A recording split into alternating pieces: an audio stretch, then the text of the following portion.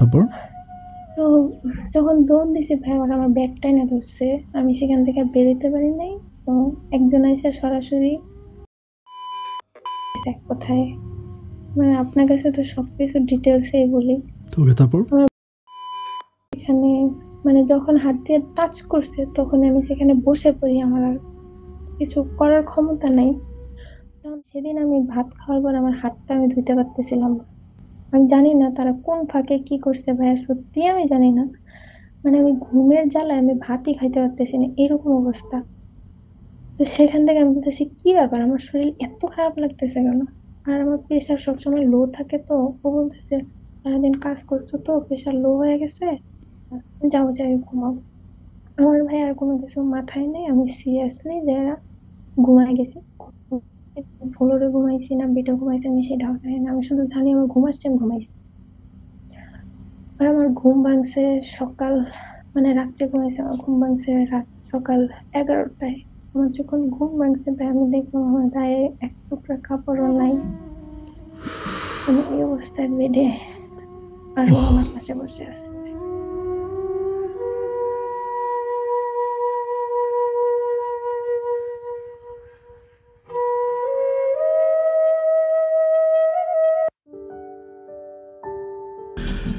সম্মানিত বন্ধুগণ, আসসালামু আলাইকুম। দূর দূরান্তে দেশ অথবা দেশের বাইরে থেকে ঠিক এই মুহূর্তে যেখান থেকে আমাকে দেখছেন, আমি আপন আর যে আপন জীবনের গল্পের 142তম এপিসোডে আপনাকে বরাবরের মতো স্বাগতম জানাচ্ছি। কলিজার বন্ধুগণ, আজ আমি আপনাদেরকে শোনাবো নোয়াখালীর মেয়ে বিথির জীবনের বাস্তব গল্প।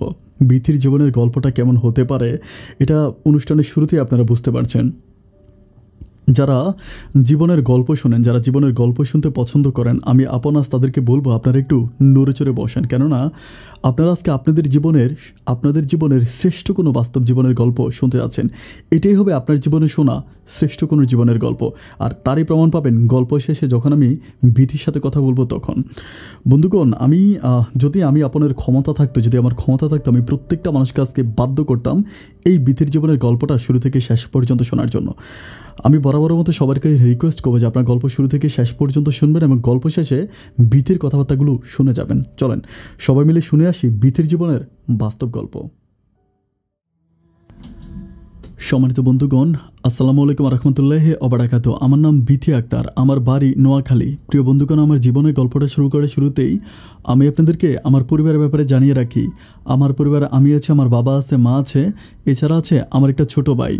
আমাদের পরিবারটা একটা মধ্যবিত্ত পরিবার, কেননা আমার বাবা চট্টগ্রাম শহরে একটা গার্মেন্টসে চাকরি করে। একটা গার্মেন্টসের আমার বাবা সুপারভাইজার। ওই সুপারভাইজারে চাকরি করে বাবা যে টাকা বেতন পায় সে টাকা দিয়ে আমাদের সংসারটা চলে। আর এছাড়া আমি আর আমার ছোট ভাই পড়াশোনা করি। আমি কিন্তু ছোটোবেলা থেকে পড়াশোনার প্রতি আসলে যথেষ্ট মেধাবী ছিলাম। একটা পর্যায়ে আমি আমাদের এলাকার স্কুল থেকে ক্লাস 5 পাস করে ক্লাস 6-এ ভর্তি হই। আমি যখন ক্লাস 6-এ ভর্তি হই তখন আমার বাবা খুব অসুস্থ হয়ে যায় চট্টগ্রামে। বাবা খুব অসুস্থ হয়ে যায়, বাবা কোনো কাজ মানে রান্নাবান্না করতে পারে না, খাবার দাবার খেতে পারে না। একটা পর্যায়ে বাবা মাকে ফোন করে খুব মন খারাপ করে, বলে যে আমি কোনো কাজকাম করতে পারি না, আমি রান্নাবান্না করতে পারি না, আমার খাবার দাবারে খুব কষ্ট হয়ে গেলো বলে মায়ের কাছে অনেকগুলো কথাবার্তা বলে। তো বলার পর আমার মা বলে যে তাহলে কি করতে পারি। ইন দ্য মিন টাইম আমার বাবা আমার মাকে বলে যে তাহলে তুমি একটা কাজ করো না, বিথিকে আর রনিকে, মানে আমার ছোটো ভাইয়ের নাম হচ্ছে রনি, তো বাবা বলতেছে যে তুমি বিথিকা আর রনিকে নিয়ে চট্টগ্রামে চলে আসো, আসলে ওইখানে আমি ওদেরকে ভর্তি করাই দিব অ্যান্ড তুমি আমার সাথে থাকবা, পরিবার নিয়ে থাকলে আমি অনেক ভালো থাকবো। এই কথাটা আমার বাবা আমার মাকে বলে। তো তখন আমার মা বলে যে আচ্ছা ঠিক আছে। এরপর আমার মা আমাকে আমার ছোটো ভাইকে নিয়ে তখন আমাদেরকে চট্টগ্রামে নিয়ে যায়। তো আমি তখন মাত্র আমাদের এলাকাতে ক্লাস 6-এ ভর্তি হয়েছিলাম। তো চট্টগ্রামে যাওয়ার পরে আমাদের হালি শহরের দিকে আব্বা একটা বাসা ভাড়া করে। এই হালি শহরের বাসায় আমি, আমার আব্বা, আমার মা আর আমার ছোটো ভাইটা থাকতে শুরু করি। বাবা আমাকে চট্টগ্রামের একটা ভালো স্কুলে ভর্তি করাই দেয়। আর আমার ছোটো ভাইটা তখন খুবই ছোট, ওকে বাবা ক্লাস 1-এ ভর্তি করায়। তো এভাবে আমাদের দিনগুলো সামনের দিকে অতিবাহিত হচ্ছিল। বাবা কিন্তু আমাদের সংসারের প্রতি যথেষ্ট কেয়ারিং। বাবা একেবারে যথাসময়ে অফিস যায়, অফিস থেকে আসে, মা বাবার খুবই যত্ন নেয়। আর আমি ছোটোবেলা থেকে পড়াশোনা করি ঠিক আছে, কিন্তু আমি কাজের বেলা একটু অলস। হয় না যে এক গ্লাস পানি ঢেলে আমি পানি খাই না, এরকম আর কি। খুবই অলস প্রকৃতির একটা মেয়ে, কিন্তু পড়াশোনার প্রতি আমি খুবই ভালো, পড়াশোনা করি কিন্তু রাত জেগে পড়াশোনা করি। তো যাই হোক, এভাবে চট্টগ্রামের মাটিতে আমার দিনগুলো কাটতে থাকে। একটা পর্যায়ে আমি যখন চট্টগ্রামের ওই এরিয়াতে আমি যখন ক্লাস 8-এ পড়ি, আমি আমার স্কুলে যখন ক্লাস 8-এ পড়ি, তো তখন ওখানকারই একটা ছেলে যার নাম হচ্ছে ফাহিম, যার বাড়ি ছিল কুমিল্লাতে। তো ফাহিম নামের ওই ছেলেটা আমাকে খুবই মানে ডিস্টার্ব করতে থাকে। মানে ডিস্টার্ব করতে থাকে বলতে, ও মানে আমাকে বারবার মানে আমাকে দেখলেই জানি ও মানে কেমন হয়ে যায়, মানে আমাকে দেখলেও আমার সাথে কথা বলার জন্য মানে খুব সামনে আসে বা কথা বলবে ওরকম করে মানে আমার পিছিয়ে পিছিয়ে ঘুরতে থাকে। তো এইভাবে দিনগুলো কাটতেছিল, কিন্তু আমার বাবা কিন্তু খুবই কেয়ারফুল। আমি বারবার বলি যে বাবা আমাদেরকে নিয়ে যথেষ্ট চিন্তা করে। বাবা আমাকে স্কুলে নামাই দিয়ে আসে এবং স্কুল থেকে নিয়ে আসে। তো ও যেহেতু আমাকে এভাবে ফলো করে, বাবা ব্যাপারটা বুঝতে পারে। পারার পর বাবা কিন্তু তখন আর মানে ঠিকমতো অফিসে যায় না। বাবা প্রতিদিন আমাকে বলে যে তোর স্কুল শেষ হলে তুই স্কুল থেকে বেরোবি না, আমি যতক্ষণ পর্যন্ত না আসি ততক্ষণ পর্যন্ত তুই ক্লাসের মধ্যেই থাকবি। আমি তখন আমার বাবাকে বলি যে আচ্ছা বাবা ঠিক আছে। তো বাবা প্রতিদিন অফিসে মানে অফিস থেকে ছুটি নিয়ে আমাকে নিয়ে বাসা পর্যন্ত দিয়ে তারপর আবার অফিসে যায়। এই পরিমাণ টেক কেয়ার করে বাবা আমাকে। তো এভাবে যেতে যেতে একদিন হচ্ছে আমার বাবার শারীরিক অবস্থা একটু খারাপ ছিল, মানে একটু অসুস্থ ছিল, যার জন্য বাবা হচ্ছে ওই দিন আমাকে স্কুল থেকে আনতে পারেনি। মানে বাবা সেদিন অফিসে যায় নাই। তো আমার স্কুল যখন শেষ, আমি তখন একে একে আসতেছিলাম, কিন্তু সেদিন ওই ফাহিম ছেলেটা আমার সামনে দাঁড়ায়, মানে সামনে দাঁড়ায় বলতেছে যে আমি তোমার সাথে একটু কথা বলবো। আমি বললাম যে দেখেন আমি তো অপরিচিত কারোর সাথে কথা বলি না, আমি আপনার সাথে কী কথা বলবো। তো আমাকে বলতেছে যে মানে কথা না বললে পরিচিত হবা কীভাবে, এই দুনিয়াতে যখন জন্মাইছিলা তখন কি পরিচিত হয়ে জন্মাইছিলা? তখন তো তোমার আব্বা আম্মাকেও চিন্তা না, কথা বলতে বলতে আব্বা আম্মাকে চিনতে পারছো, বয়স যত বাড়বে তত বন্ধুবান্ধব বাড়বে, আমাকে এটা বলে। তো আমি বলি যে আমার তো বন্ধুবান্ধবের দরকার নেই, আমি আমার আব্বা আম্মার কথা মতো চলি, আমার আব্বা আম্মা যেটা করতে বলে আমি সেটাই করি, তো প্লিজ আপনি আমাকে বিরক্ত করবেন না। এগুলো বলার পর তখন আমাকে বলতেছে যে না আমি তোমাকে একটা কথা বলতে চাই, তুমি আমার এই কথাটা শোনো। আমি বললাম যে কী বলবেন বলেন। তুমি তখন আমাকে স্ট্রেট বলতেছে যে আমি তোমাকে পছন্দ করি। আমি তখন বলতেছি যে আপনি আমাকে পছন্দ করেন, এটা কেমন কথা? বলে হ্যাঁ তোমাকে পছন্দ করি। কেন তোমাকে পছন্দ করতে পারি না? আমি কিন্তু মানে সবার মুখে শুনি যে আমি আসলে নাকি দেখতে অতটা সুন্দর না, সবাই বলে।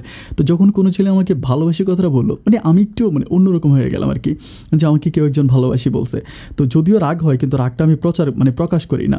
তো এভাবে কথাবার্তা বলার পর আমি তখন চলে যাই, ওই দিন চলে যাই। এরপর থেকে আমি বাবাকে বলি যে বাবা তোমার কষ্ট করে আমাকে স্কুল থেকে আনার দরকার নেই, আমার একটা বান্ধবী থাকে ওইখানে ওই এলাকারই, তো আমি আমার ওই বান্ধবীর সাথে হচ্ছে মানে যাতায়াত করবো। আমার আব্বাকে বলি, তা আব্বা আমার ওই বান্ধবীটাকে বলে দিই যে আমার মেয়েটা তো একটু বোকা টাইপের, ওর প্রতি একটু খেয়াল রাখবা, মানে আমার বান্ধবীকে বুঝিয়ে বলে।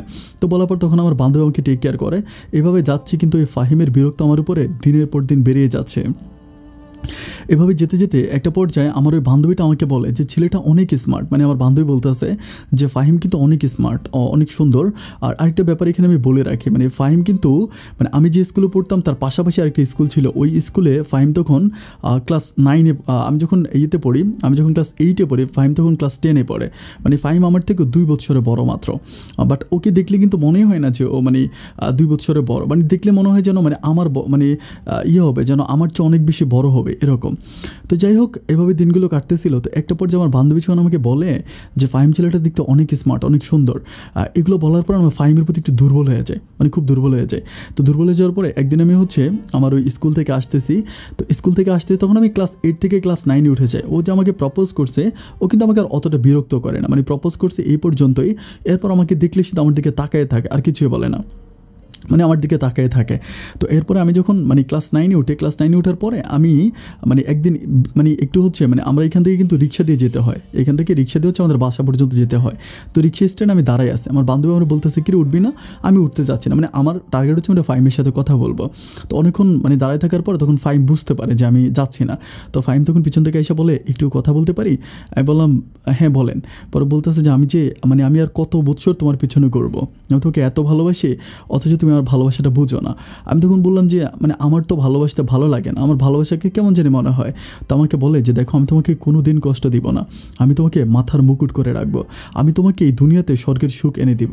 আমি জানি আকাশের চাঁদটা হয়তো আমি তোমায় এনে দিতে পারবো না, তবে এই চাঁদটা পাওয়ার জন্য তুমি যদি বলো আমি সারা জীবন লাফিয়ে যেতে পারবো, তোমার ছোট্ট একটা ইচ্ছার জন্য আমি আমার জীবনটা পর্যন্ত দিতে পারবো, তোমার একটা মিষ্টি হাসির জন্য আমি হাসতে হাসতে মরতেও পারবো। এই কথাগুলো শোনার পর আমি কেমন যেন অন্য কোনো একটা রাজ্যে হারিয়ে যাই, মনের অজান্তে এই ফাহিমের মাঝে আমি হারিয়ে যাই। আমি জানি না যে কবে থেকে ফাহিমের সাথে আমার ভালোবাসা শুরু হয়ে যায়।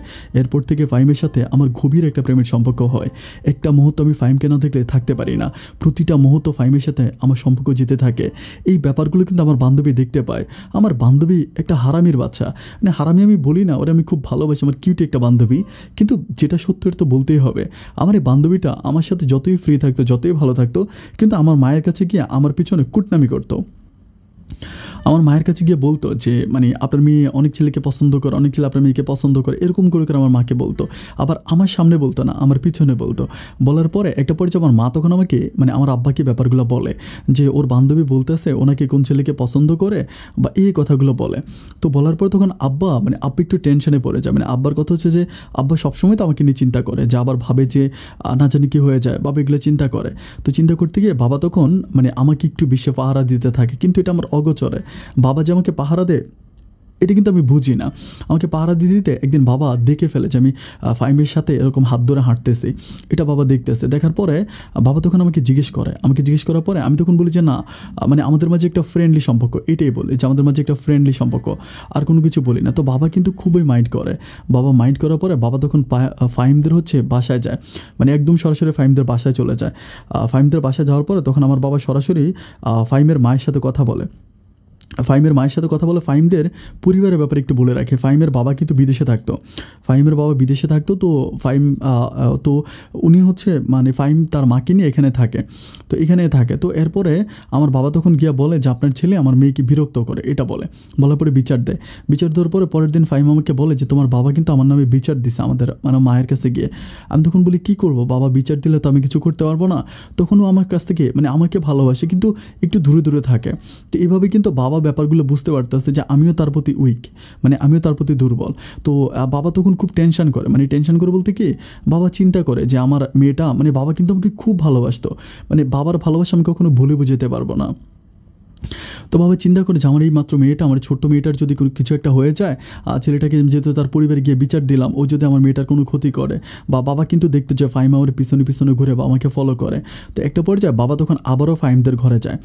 ফাহিমদের ঘরে গিয়ে ফাহিমের বাবা মায়ের সাথে কথা বলে পরে ফাহিম কিন্তু তার মার সাথে খুবই ক্লোজ। ফাহিম তার মাকে বলে দেয় যে আমাকে পছন্দ করে, বা এটা ফাহিম তার মাকে বলার পরে আমার আব্বা যখন যায় তখন ওই ফাহিমের মা আমার আব্বার কাছে বলে যে দেখেন আমার ছেলে তো আপনার মেয়েকে পছন্দ করে, এখন আমি কি করতে পারবো বলেন। তো তখন আমার আব্বা বলে যে দেখেন ওরা তো ছোট মানুষ, আমার মেয়ে তো ছোট, ফাহিমও ছোট, তো এরকম ছোট বয়সে তো আসলে বিয়ে শাদী হতে পারে না। একটা কাজ করুন, ওরা বড় হলে না হয় আমরা বিয়ে শাদী করাবো। এটা বলে আব্বা একরকম ছোটোখাটো একটা কমিটমেন্ট ফাহিমের মায়ের সাথে করে আসে। তো এটা যখন আব্বা করে আসে আমি তখন প্রচণ্ড রকম খুশি হয়। বাসায় আসার পরে আব্বা যখন মাকে বলতেছিল যে আমি এরকম ছেলের মাকে কথা দিয়ে আসছি যে আমাদের ও যখন পড়াশোনা করবে, পড়াশোনা শেষে আমরা ফাহিমের কাছে ওকে বিয়ে দেবো, এটা বলে। আমার তখন এত খুশি লাগে আমি ঠিক বলে বোঝাতে পারবো না। আমি তখন খুশিতে আত্মরা হয়ে যায়। এরপরে ফাহিমের সাথে আমার সম্পর্কটা খুব ভালো হয়ে যাচ্ছে। বাবা চিন্তা করলো যে ফাহিম যেহেতু আমাকে পছন্দ করে, ভালোবাসে, তাহলে ফাহিম আমাকে টেক কেয়ার করবে, যত্ন করবে। এই জন্য আর বাবা ফাহিমের সাথে মোটামুটি সম্পর্কটা খুব ক্লোজলি নিয়ে নিল। তো এরপরে যেতে একটা পর্যায়ে আমি এসএসসি পরীক্ষা দিই। আমরা এসএসসি পাস করি। এসএসসি পাস করার পরে আমার বাবা তখন আমার বাবার তখন চাকরিতে একটু প্রবলেম হয়। প্রবলেম হয় বলতে একটু প্রবলেম দেখা দেয় জব নিয়ে। তো জব নিয়ে প্রবলেম দেখা দেওয়ার পরে আব্বা তখন আমার আম্মাকে আর আমার ছোটো ভাইটিও তখন স্কুলে পড়ে। তো বলতেছিল যে আসলে এটা তো গার্মেন্টসের চাকরি, কখন চলে যায় কখন কী হয় বলা যায় না। তখন আমার আম্মাকে বলে যে তুমি বাচ্চাদেরকে নিয়ে বাড়িতে চলে যাও, এটা বলে। কিন্তু আমার আব্বার ছিল এটা একটা টেকনিক, আমি কিন্তু বুঝতে পারি না। তখন আমি এসএসসি পাস করে ফেলি। তো এটার পরে আব্বা কী করে আমার আম্মাকে আর আমার ছোটো ভাইকে নিয়ে আমাদেরকে নোয়াখালীতে পাঠাই দেয়। আমি এখন নোয়াখালীতে আসার পরে আমি চিন্তা করতেছি যে কী ব্যাপার, বাবা এইভাবে আমাদেরকে হঠাৎ করে পাঠাই কেন দিল, আমি কিন্তু বুঝতেছি না। মাকে যখন জিজ্ঞেস করি যে মা বাবা এইভাবে আমাদেরকে পাঠাই দিল কেন, মা তখন বলে যে পাঠাই দিছে, বা মা কিন্তু ডিটেলসে কিছু বলে না। কিছুদিন পর আমি যেটা জানতে পারি যে বাবা ফাহিমের কাছে আমাকে বিয়ে দেবে না। কারণ বাবা চিন্তা করতেছিল যেহেতু বাবা চাকরি করে, বাবার সময় নাই, অ্যান্ড বাবা চিন্তা করলো ফাহিমকে হাতে রেখে আমাকে টেক কেয়ার করাবে। এরপর একটা পর্যায়ে ফাহিমের কাছ থেকে আমাকে সরাই নিয়ে আসবে। এসএসসি পরীক্ষার আগ পর্যন্ত বাবা কোনো রকম ফাহিমকে হাতে রাখছে। এখন এসএসসি পরীক্ষা শেষ, দেন ফাহিমের সাথে আমার আর কোনো সম্পর্ক বাবা রাখবে না। বাবা আমাকে নোয়াখালীতে ভর্তি করাবে, নোয়াখালীতে আমাকে বিয়ে দেবে। বাবা তখন এটা বলে ফেলে আমার মাকে। আমি কিন্তু এই কথাগুলো শুনতে পাই। পাওয়ার পরে আমার বাবার প্রতি আমার একটা ঘৃণা জন্মায় যে বাবাকে আমি এত বিশ্বাস করি, অথচ বাবা আমার সাথে এই কাজটা করতে পারলো। আমি এটা আসলে বাবার কাছ থেকে আশা করি নাই। তো যাই হোক, এভাবে দিনগুলো কাটতেছে। একটা পর্যায়ে বাবা আমাকে নোয়াখালীর একটা কলেজে ভর্তি করে ইন্টারে। তো আমি তখন ইন্টারে ভর্তি হই। ইন্টারে ভর্তি হওয়ার পরে তখনও কিন্তু আর ফাহিমের সাথে আমার কোনো কথা হয় না। মানে ফাহিমের সাথে আমার কোনো কথা হয়, কিন্তু ওভাবেই কথা হয় না। হয় না যে ঘন্টার পর ঘন্টা কথা বলা বা প্রেম ভালোবাসা নিয়ে ওরকম কোনো কথা হয় না, কিন্তু মোবাইলে মাঝে মাঝে কথা হয়। ফাহিম মাঝে মাঝে খুবই মন খারাপ করে, খুব কান্নাকাটি করে যে আমি তোকে এত ভালোবাসি, আমি তোকে দেখতে পারি না, তোমার জন্য আমার বুকটা ছিঁড়ে যায়, বিশ্বাস করো যে আমি তোকে এত ভালোবাসি। ও খুবই মন খারাপ করে। আমি তাকে বলি যে তোমাকে একটা কথা বলি, তুমি মনে রেখো, পৃথিবী উল্টে গেলেও আমি তোমায় কখনো ভুলে যাব না, আমি তোমাকে কখনো ছেড়ে দিব না। তখনও নিজে আমাকে বলে, আমি তখন অবাক হয়ে যাই। আমাকে বলে যে তোমার বাবা তোমাকে গ্রামে কেন নিয়ে গেছে জানো? আমি বলি কেন নিয়ে গেছে? ও বলে যে তোমাকে বিয়ে দিয়ে দিবে। আমি তখন একটা অট্ট হাসি দিয়ে বলে, ওরে বোকা, আমার বাবা আমাকে বিয়ে কীভাবে দিবে? আমাকে যদি বিয়ে দিতে হয় তাহলে তো আমাকে বালামে সিগনেচার করতে হবে, যেটাকে কাবিননামা বলে, আর অনেকগুলো মানুষের সামনে কবুল বলতে হবে। আমি তো কবুলও বলবো না, বালামে সিগনেচারও করবো না, তাহলে আমার বাবা আমাকে বিয়ে দেবে কেমন করে? আমি তোমাকে ভালোবাসি ফাহিম, আমি তোমার সাথেই সারা জীবন থাকবো। এভাবে হাঁটি হাঁটি পাপা করে আমাদের সম্পর্কটা সামনের দিকে যাচ্ছে। দেখা হয় না, একজন আরেকজনকে ধরতে পারি না, একজন আরেকজনের চোখের দিকে তাকাতে পারি না, কিন্তু বিশ্বাস করেন ভালোবাসাটা যেন একেবারে আকাশ ছোঁয়া। দুজন দুজনকে খুব ভালোবাসি। এভাবে যেতে যেতে একটা পর্যায়ে আমি আমাদের এখান থেকে নোয়াখালী থেকে আমার কলেজের ডিস্টেন্সটা মোটামুটি দূরে আছে। তো ওইখানে আমি একদিন কলেজ থেকে আসতেছি, আসার পরে আমাকে হচ্ছে দুইটা ছেলে ফলো করে, দুটো ছেলে ফলো করার পর আমার তখন খুব ভয় লেগে যায়। ভয় লেগে যায় বলতে তাদের কাছে হুন্ডা থাকে, হুন্ডা দিয়ে আমাকে ফলো করে, আমার হুন্ডা দিয়ে আমার পিছন পিছন আসতেছে। আমি একটু লম্বা ছিলাম, তো একটু হ্যাংলা ছিলাম। আমাকে ইন্ডিয়ান নায়িকা বলে পিছন থেকে ডাকতেছিল, ইন্ডিয়ান নায়িকা বলে ডাকতেছিল। তো তখন আমার একটু ভয় লাগে, যেহেতু রাস্তাটা একটু নীরব ছিল। আমি তখন একটু ভয় পাই, ওরা পিছন থেকে আসতেছে আর আমাকে টিটকারে মারতেছে।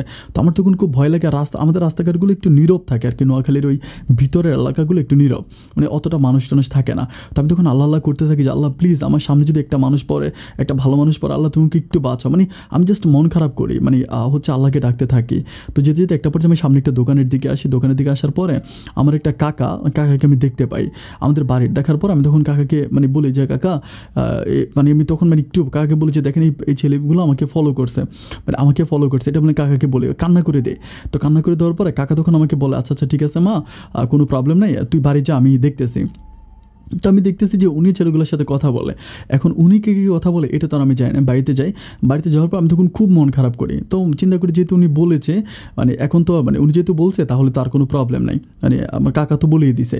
এরপরে কাকার সাথে আমার দেখা হয়। দেখা হওয়ার পরে কাকাকে আমি বলি, কাকা আমাকে বলে যে আমি ছেলেগুলোকে বকা দিয়ে দিছি, ওরা আর তোকে বিরক্ত করবে না। তাই আমি বলি যাক আলহামদুলিল্লাহ, এটা থেকে তো অ্যাটলিস্ট আমি এখন একটু নিরাপদ। তো এভাবে দিনগুলো সামনে দিয়ে কাটতেছিল। তো কাটতে কাটতে এভাবে প্রায় আরও 3 থেকে 4 মাসের মতো কাটায়। কিন্তু এরই মাঝে আমি কিন্তু কন্টিনিউ ফাহিমের সাথে কথা বলি। ফাহিমের সাথে আমার অলওয়েজ কথা হচ্ছে, সবসময় কথা বলি। তো ওইভাবেই হচ্ছে একদিন হচ্ছে বৃষ্টি ছিল, ঝিরি ঝিরি বৃষ্টি পড়তেছিল। তো বৃষ্টির দিন আমাদের রাস্তাঘাটগুলো একটু কাদা থাকে, এগুলো হচ্ছে গ্রামের রাস্তা, তো রাস্তার ভিতরে প্রচুর কাদা থাকে। তখন আর সিএনজি চলতে পারে না। তো সিএনজি যখন চলতে পারে না তখন আমি কী করি, এখন আমি কী করবো, আমার মাথায় একটা প্লাস্টিকের মতো বেঁধে, বৃষ্টি পড়তেছে, ঝিরি ঝিরি বৃষ্টি, অত না যে একেবারে ভিজে যাওয়ার মতো, ঝিরি ঝিরি বৃষ্টি। তো বৃষ্টিতে আসতেছি, আস্তে আস্তে একটা পর্যায়ে আমি হঠাৎ করে ওই ছেলেগুলোকে আবারও দেখতে পাই, যে ছেলেরা আমার সেদিন ফলো করছিল। ওদেরকে দেখার পর তখন আমার বুকটা ধরপড় করে কেঁপে ওঠে। আমি তখন কোনো কথা বলতে পারি না, একদম চুপ হয়ে থাকি। আমি হাঁটতেছি, ওরা আমাকে পিছন থেকে ডাক দেয়, ওই যে ইন্ডিয়ান নায়িকা বলে ডাক দেয়। আমি তখন কিছু বলি না। তখন বলে যে এই দাঁড়াবি না, তুই দাঁড়াবি না। আমি তখন তুই করে বলে। তখন আমি একটু স্লোলি হাঁটি। তো আমাকে পিছন থেকে এসে একটা ছেলে কী করে, আমার ওড়নাটা ধরে টান দেয়। ওড়নাটা ধরে টান দেওয়ার পর আমার তখন এত খারাপ লাগে। আমি তখন চিন্তা করতেছিলাম যে এইটা কেমন কথা, আমার ওড়নার ধরে কেন টান দিবে। আমি তখন আমি জাস্ট একটু হয়ে যাই, বিব্রত হয়ে যাওয়ার পরে আশেপাশে আমি কোনো মানুষকে দেখতে পাই না।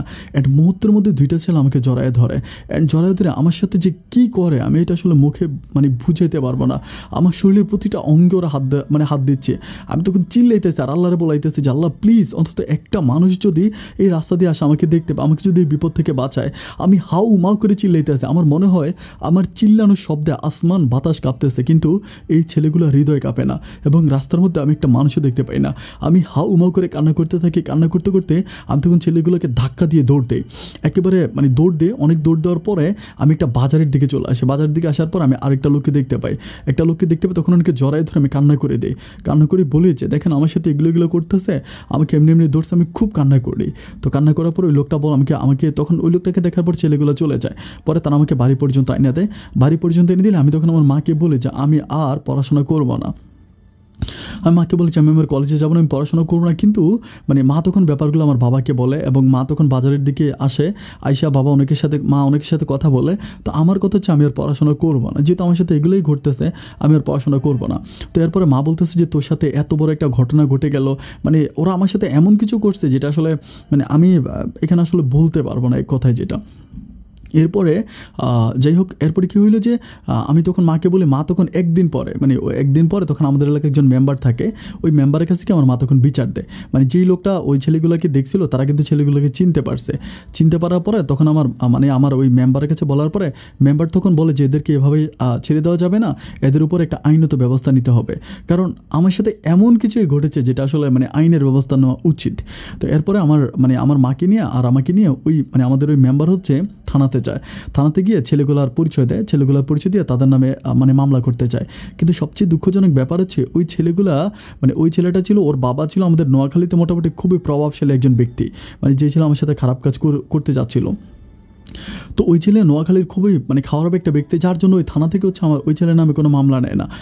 উনি তখন আমার কাকা তখন বারবার বলতেছিল, ওই মেম্বার কাকা, যে মামলা কেন নেবে না, তখন কোনো মামলা নিতে আসে না।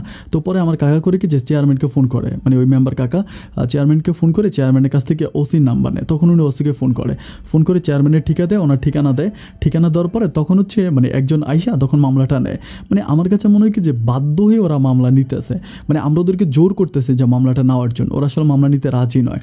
তো যাই হোক, খুব বলার পরে তখন মামলাটা নেওয়ার পরে তখন এমন হয়ে গেছে যে ওই এলাকাতে থাকা আমার জন্য খুব কঠিন হয়ে গেছে। আমার মা তখন চিন্তা করতেছে যে আমাদের বাড়ির আশেপাশে তখন হুন্ডা দিয়া লোকজন ঘোরাফেরা করে, অনেকেই বিরক্ত করে আমাদেরকে, খুব বিরক্ত করে। আর ঘর থেকে বের হতে দূরের কথা, রাতের বেলায় আমাদের দরজায় কেউ নক করলে আমরা ঘর দরজা খুলি না।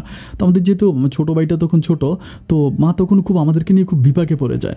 অ্যান্ড খুব বিপাকে পড়েছে। আমাদের গ্রামের সব মানুষগুলো বলে যে এটা আমরা একটা সমাধান করব, এটা আমরা একটা করবো, তোমরা মন খারাপ করো না। কিন্তু তারপরও মা বলে যে রাতের বেলায় তো যে যার ঘরে চলে যায়, এখন আমাদের উপর যদি একটা অ্যাটাক হয়, একটা হামলা হয়, তাহলে কি আমাদেরকে দেখবে, এটা বলে মা খুবই মন খারাপ করে। আমরা তখন প্রচুর বিপাকে পড়ে যাই। অ্যান্ড আমার কাছে মনে হয় যে একটা মেয়ে হয়ে জন্মানোটা, আমার কাছে তখন মনে হচ্ছে যে একটা মেয়ে হয়ে জন্মানোটাই আমার জন্য সবচেয়ে বড় ভুল। এই দুনিয়াতে মেয়ে হয়ে জন্মানোটাই আসলে সবচেয়ে বড় পাপ, এটা মনে করি। কারণ আমি যখন দেখি যে আমার মা আমাকে রাতের বেলায়, খুবই রাতের বেলা হয় না যে অনেক সময় একটা জোরে বাতাস আসছে, আমাদের তো টিনের ঘর ছিল, তো যখন জোরে বাতাস আসে তখন টিনের ঘরের উপরে কিন্তু এটা সেটা পড়ে গাছ থেকে, তখন আমার মা আমাকে জড়ায় ধরে। মা খুব কান্না করে যে না জানি আমার মেয়েটাকে ধরে নিয়ে গেল, না জানি আমার মেয়েটাকে এটা করে ফেলো, ওটা করে ফেললো। তো এইভাবে আসলে গ্রামের ভিতরে বিব্রত অবস্থায় কতদিন বা থাকা যায়। একটা পর্যায়ে আমার মা তখন আমার বাবার সাথে কথা বলার পরে বাবা তখন বলে যে ঠিক আছে, একটা কাজ করো, তোমরা আবারও চট্টগ্রামে চলে আসো, এটা বলে। তো আমি তখন আমার মাকে বলি যে মা তাহলে চলো আমরা আবার চট্টগ্রামে চলে যাই।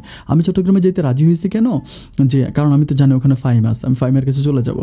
আচ্ছা, এখানে একটা ব্যাপার আমি বলে রাখি, আমি কিন্তু ফাইমকে বলছিলাম ঘটনাগুলো, আমি যেহেতু ওকে মন থেকে ভালোবাসি, আমার সাথে একটা কিছু ঘটলে তো আমি ফাইমকে বলবো না। আমি তখন ফাইমকে বলতেছিলাম যে ফাইম দেখো, আমি তোকে একটা কথা বলি, তুমি আমার কথাটা খারাপভাবে নিও না।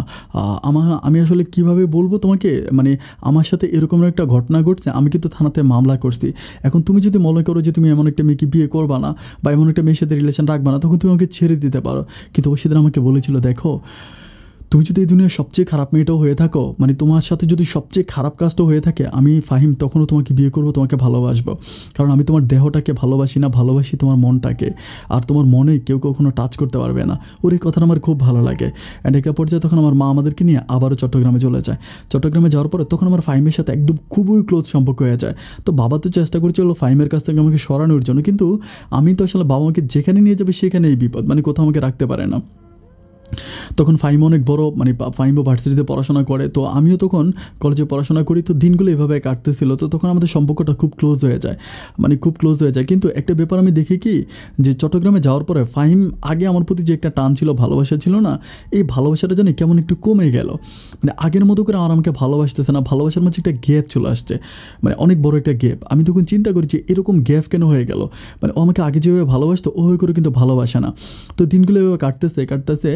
তো আমি তখন আমার মাকে আমি বলি যে মা, মাও কিন্তু ব্যাপারটা তখন জানে, আমার আব্বাও তো ব্যাপারটা আগ থেকেই জানে। তো এরপরে আমি দেখি যে ও তখন করে কি, আমি ওকে বলি যে আমি কিছু একটা করবো, এটা আমি প্ল্যানিং করি। তখন আমি ওখানে একটা চাকরিতে হসপিটালে চাকরি নেই। প্রথমে হচ্ছে একটা একটা কিন্ডার গার্ডেনে চাকরি নেই। তারপরে ওই চাকরিটা ভালো ছিল না, মানে বিভিন্ন রকমের প্রবলেম ছিল। তখন ফাইম আমাকে বলে তুমি চাকরিটা চেঞ্জ করো। এরপর আমি ওই কিন্ডার গার্ডেনের চাকরিটা ছেড়ে দিয়ে আমি হচ্ছে একটা হসপিটালে চাকরি নেই। তো হসপিটালে চাকরি করতেছি তখন কিন্তু মানে ফাইমের সাথে আমার সম্পর্কটা খুবই গভীর, মানে খুবই গভীর। এটা আসলে বলে বোঝানো যাবে না যে এত গভীর আমি ফাইমের সাথে। তো এইভাবে দিনগুলো কাটতে কাটতে একটা পর্যায়ে মানে হঠাৎ করে ফাইমের মা খুব অসুস্থ হয়ে যায়। মানে আমি যেহেতু হসপিটালে চাকরি করি, উনি খুবই অসুস্থ হয়ে যায়। তো অসুস্থ হয়ে যাওয়ার পর ওনাকে তখন হসপিটালে আনা হয়, মানে আমার হসপিটালে ফাইম নিয়ে আসে। তো ফাইমের বাবা কিন্তু তখনও বরাবর মতো বিদেশে থাকে, উনি বিদেশে থাকে। তো আনার পরে তখন ডাক্তার অনেকগুলো পরীক্ষা দেয়। পরীক্ষা দেওয়ার পরে আমি তখন পরীক্ষাগুলো করাই, সব কিছু করানোর পরে ফাইমের হচ্ছে মায়ের পেটে পাথর ধরা পড়ে, মানে পাথর। এখন হচ্ছে মানে পাথর হয়ে গেছে, এখন এটা তো অপারেশন করতে হবে। তো অপারেশন করতে হবে, তো আমি ফাইমকে বলতেছি ফাইম তোমার মাকে তো অপারেশন করতে হবে, এখন কী করা যায়? ফাইম বলতেছে যে দেখো আমাদের হাতে তেমন কোনো টাকা পয়সা নাই, মানে একটা টাকা নাই বললেই চলে। এখন এত যে খারাপ অবস্থা, মানে টাকা কোথায় পাবো? আমি বললাম কী বলো, মানে তোমার আম্মার এই অবস্থা, তোমাদের কাছে টাকা নেই? আমাকে বলতেছে যে না আমার কাছে তো কোনো টাকা নেই, মানে কী করতে পারে? ও খুব মন খারাপ করে। আমি দেখি যে ওর মানে চেহারাটা খুবই অসহায়। আমি তখন বলি যে তোমার আব্বা টাকা পাঠায় নাই? বলে আব্বা টাকা পাঠাইছে, আমরা টাকাটা অন্য খাতে খরচ করে ফেলছে, এটা বলে। আমি তখন বলি যে আচ্ছা ঠিক আছে, কোনো প্রবলেম নেই, এটা আমি দেখব। আমি তখন বলি যে আপনারা অপারেশন করান, আমি তো আপনাদের এখানে চাকরি করতেছি, প্রয়োজনে আমার বেতনের টাকা থেকে আপনারা কেটে রাখবেন, এটা আমি বলি। তখন ওনারা বলতেছে যে বেতনের টাকা থেকে কেটে রাখবো? আমি বলি যে হ্যাঁ, এটা তো আসলে এরকম না যে মানে অনেক কিছু তো না, মানে সিম্পল একটা ব্যাপার। তো আপনার আমার বেতনের টাকা থেকে এটা কেটে রাখবেন, এটা বলি। তো বলার পর তখন মানে হসপিটালের যিনি ম্যানেজার ছিল উনি অত্যন্ত ভালো মনের মানুষ ছিল। উনি তখন বলতেছিল যে আচ্ছা ঠিক আছে ফাইন, তুমি যদি বলো যে তোমার বেতনের টাকা থেকে কাটার জন্য, তাহলে আমরা ওকে অপারেশন করাবো। এরপর আমার ওই হসপিটালে ফাইমের আমার অপারেশন হয়। অপারেশন হওয়ার পরে অপারেশন সাকসেস হওয়ার পরে তো ফাইম তো মানে আমাকে জড়াই ধরে ও তখন খুব কান্না করে, মানে আমার রিলেশনের পরে ও কখনো এত কান্না করে নাই। ও আমাকে বলে যে দেখো আমি না ভুল করি না, আমি তোমার মতো একটা মেয়েকে ভালোবাসছি। আমার কাছে মনে হয় কি জানো, এই পৃথিবীতে তোমার মতো কোনো মেয়ে হতেই পারে না। তুমি সবার সেরা, এক কথা তুমি সুপার, তোমার মতো কোনো মেয়ে নাই। এত পরিমাণ ভালোবাসে আমাকে। আমি মাঝে মাঝে ওর মুখের দিকে তাকালে অবাক হয়ে যায় যে একটা মানুষ এইভাবে আরেকটা মানুষকে ভালোবাসতে পারে। আমার কাছে মনে হয় যে আমি আমার জীবনে এমন একটা মানুষকে পেয়েছি যে আমার জীবনে আর কোনো কিছু চাওয়ার নাই। আল্লাহর কাছে আমার অন্য কিছুই চাই না। আমি ফাইমকে পাইছি, অ্যান্ড ফাইমকে নিয়ে আমি আমার বাকি জীবনটা কাটাতে চাই। এভাবে দিনগুলো কাটতে কাটতে আমার বাবার মনে কিন্তু তখনও এটাই দ্বিধা যে বাবা ফাইমকে আমার কাছে আমাকে ফাইমকে বিয়ে দিবে না, আমার কাছে ফাইমকে দিবে না। বাবা কিন্তু তখনও বাবার মনে ওইটাই, কিন্তু বাবা এটা প্রকাশ করে না। বাবা এমনি আমি ফাইমের সাথে চলতেছি, বাবা ওগুলো নিয়ে কিছু বলে না, কিন্তু বাবার মনে ইচ্ছে যে বাবাকে অন্য কোথাও বিয়ে দিবে। এভাবে দিনগুলো কাটতে কাটতে একটা পর্যায়ে ফাইমের বাবা বিদেশ থেকে আসে। তো ফাইমের বাবা যখন বিদেশ থেকে আসে তখন ওই ফাইম তার বাবাকে খুবভাবে ধরে, মানে খুব ধরে বলে যে বাবা আমি এটাকে পছন্দ করি, তুমি এটা একটা ব্যবস্থা করো। আমার আব্বা ওই আজকাল বলে ওদেরকে ঘোরাই দিতে আসে, আব্বা কিন্তু আমাকে বিয়ে দেয় না। তো এরপরে ফাইমের আব্বা তখন আমার আব্বার কাছে আসে, আইসা বলতেছে ভাই ছেলে যেহেতু মেয়েকে পছন্দ করে আর মেয়েও ছেলেকে পছন্দ করে, আর এই সম্পর্কটা তো আজকে অনেক বছর, একটা কাজ করেন আপনি মানে সম্পর্কটা মেনে নেন, আমার আব্বাকে বলার পর আমার আব্বা তখন বলতেছে যে এটা কেমন কথা বলতেছেন, মানে আব্বা তখন একটু মন খারাপ করে, মানে আব্বা তখন চাচ্ছিল যে আব্বা এক্সকিউজ দেয়, আব্বা তখন সরে যাবে। কিন্তু ফাইমের আব্বা আমার আব্বাকে এমনভাবে ধরে, মানে আমার আব্বা তখন সরার কোনো উপায় থাকে না। তো আমার মা তখন বলতেছে যে ওরা যদি এইভাবেই ধরছে, ওদেরকে মানা কীভাবে করবা, এটা আসলে মানা করা ভালো দেখায় না, যেহেতু ওরা আসলে মানে আমাদেরকে ছাড়বেই না। তখন আমার আব্বা একরকম মানে নিরুপায় হয়ে আর কি, আমার আব্বা তখন রাজি হওয়ার পরে তখন ফাইমের সাথে মানে আমাদের মানে ঘরোয়াভাবে একটা এঙ্গেজমেন্ট হওয়ার পর আমি তখন আমার পরিবারে থাকতেছি, ফাইমের পরিবারে। এভাবে দিনগুলো কাটতেছে। কিন্তু এঙ্গেজমেন্ট হওয়ার পরে আমি যে জিনিসটা সবচেয়ে বেশি খেয়াল করে, ফাইম যেন আমার কাছ থেকে সরে যাচ্ছে, মানে খুবই সরে যাচ্ছে, মানে আগের মতো না, মানে অনেকটা সরে যাচ্ছে। আমি তখন একদিন ওকে খুব মন খারাপ করে বলি যে এত ভালোবাসলাম তোমাকে, তোমার জন্য এত কিছু করলাম, আমরা নিজেরা এঙ্গেজমেন্ট পর্যন্ত করলাম, অ্যান্ড এখন সব কিছু ঠিকঠাক হইলো আর তুমি আমাকে অ্যাভয়েড করতেছো। আমাকে বলে যে দেখো আমি এখন যে কাজটা করতেছি এটা আমি তোমার ভালোর জন্যই করতেছি। আমি বলি কেমন? ও আমাকে বলে যে আমি যে আমার কেরিয়ারটা ঘুরতেছি, আমি যদি আমার কেরিয়ারটা ঘুরতে পারি তাহলে আমি তোমাকে নিয়ে ভালো থাকতে পারবো, আর আমি যদি আমার কেরিয়ারটা নষ্ট করে ফেলি তাহলে দেখা গেল কি যে মানে তোমার জীবনটাও শেষ, আমার জীবনটাও শেষ। আমাকে এটা বলে। তখন আমি চিন্তা করি যে আমিও তো পড়াশোনা করছি, আমি তো মোটামুটি শিক্ষিত মানুষ। আমি তখন চিন্তা করি যে মানুষটা তো মানে ও তো কোনো মিথ্যা বলে নাই, আমি কেন ওর সাথে কথা বলার জন্য, ওকে টাইম নেওয়ার জন্য ওর কেরিয়ারটা নষ্ট করে দিব? ওর কেরিয়ার মানে তো আমার কেরিয়ার, ওর সাকসেস মানে তো আমার সাকসেস, ওর জয় মানে তো আমার জয়। আমি তখন চিন্তা করি যে ওকে ফাইন, এরপর থেকে আমার সাথে আর ওভাবে কথা বলি না। আমি তখন কী করি, মানে ও যখন ফোন দেয় তখনই কথা বলি, মানে ওকে আর ওভাবে টাইম, মানে ওর কাছ থেকে আর সময় চাই না। তো আমি চিন্তা করি যে মানুষটা যেহেতু নিজের কেরিয়ার ঘুরতেছে তাহলে সে ঘরক, আমি তো তার সহধর্মিনী, যেহেতু এঙ্গেজমেন্ট হয়ে গেছে তাহলে তার কোনো টেনশন নাই। এভাবে দিনগুলো কাটতে কাটতে একটা পর্যায়ে তখন ওই ফাহিমের মা তখন আমার আম্মাকে বলে যে মেয়ের যেহেতু এঙ্গেজমেন্ট হয়ে গেছে যত তাড়াতাড়ি বিয়ে দিয়ে দিতে পারেন ততই ভালো, এটা বলে।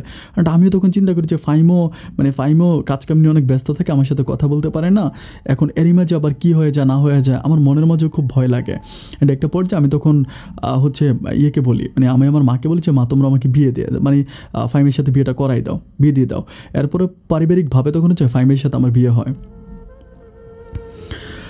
ফাহিমের সাথে আমার বিয়ে হয় আলহামদুলিল্লাহ। মানে বিয়ে হওয়ার পর তো আমি মহা খুশি, কারণ আমি আমার ভালোবাসার মানুষটাকে পাইছি, আমার আর কোনো মানে চাওয়া পাওয়া নাই। আল্লাহর কাছে আমি একদম নফল নামাজ পড়ে আল্লাহর কাছে শুকরিয়া আদায় করি। তো বিয়ের দিন তো আমাদের বাসর হয়, বাসর করে তো ফাহিম আসে আলহামদুলিল্লাহ, মানে আমাদের দুজনের অনেক রোমান্স হয়। তো বাসরের পরের দিন সকালবেলা হয় না যে মানে একদম ভোরে আমি ঘুম থেকে উঠে ওইটা আমি গোসল করে ফ্রেশ হই, তো বেরোচ্ছিলাম। বাট ওই সময় ফাহিমের আম্মা হচ্ছে ঘরের দরজায় দাঁড়িয়ে আছে। তাহলে বিয়ের দিন তো অনেক মানুষই ছিল এখানে, ঘরের দরজায় দাঁড়িয়ে থাকার পরে আমাকে বলতেছে, মানে আমি যাচ্ছি একদম, মানে আমাকে পুরো কাজের মেয়ের মতো, একদম কাজের মেয়েকে যেভাবে বলে না, ও বলছে এই শোন তুই এদিকে আয়।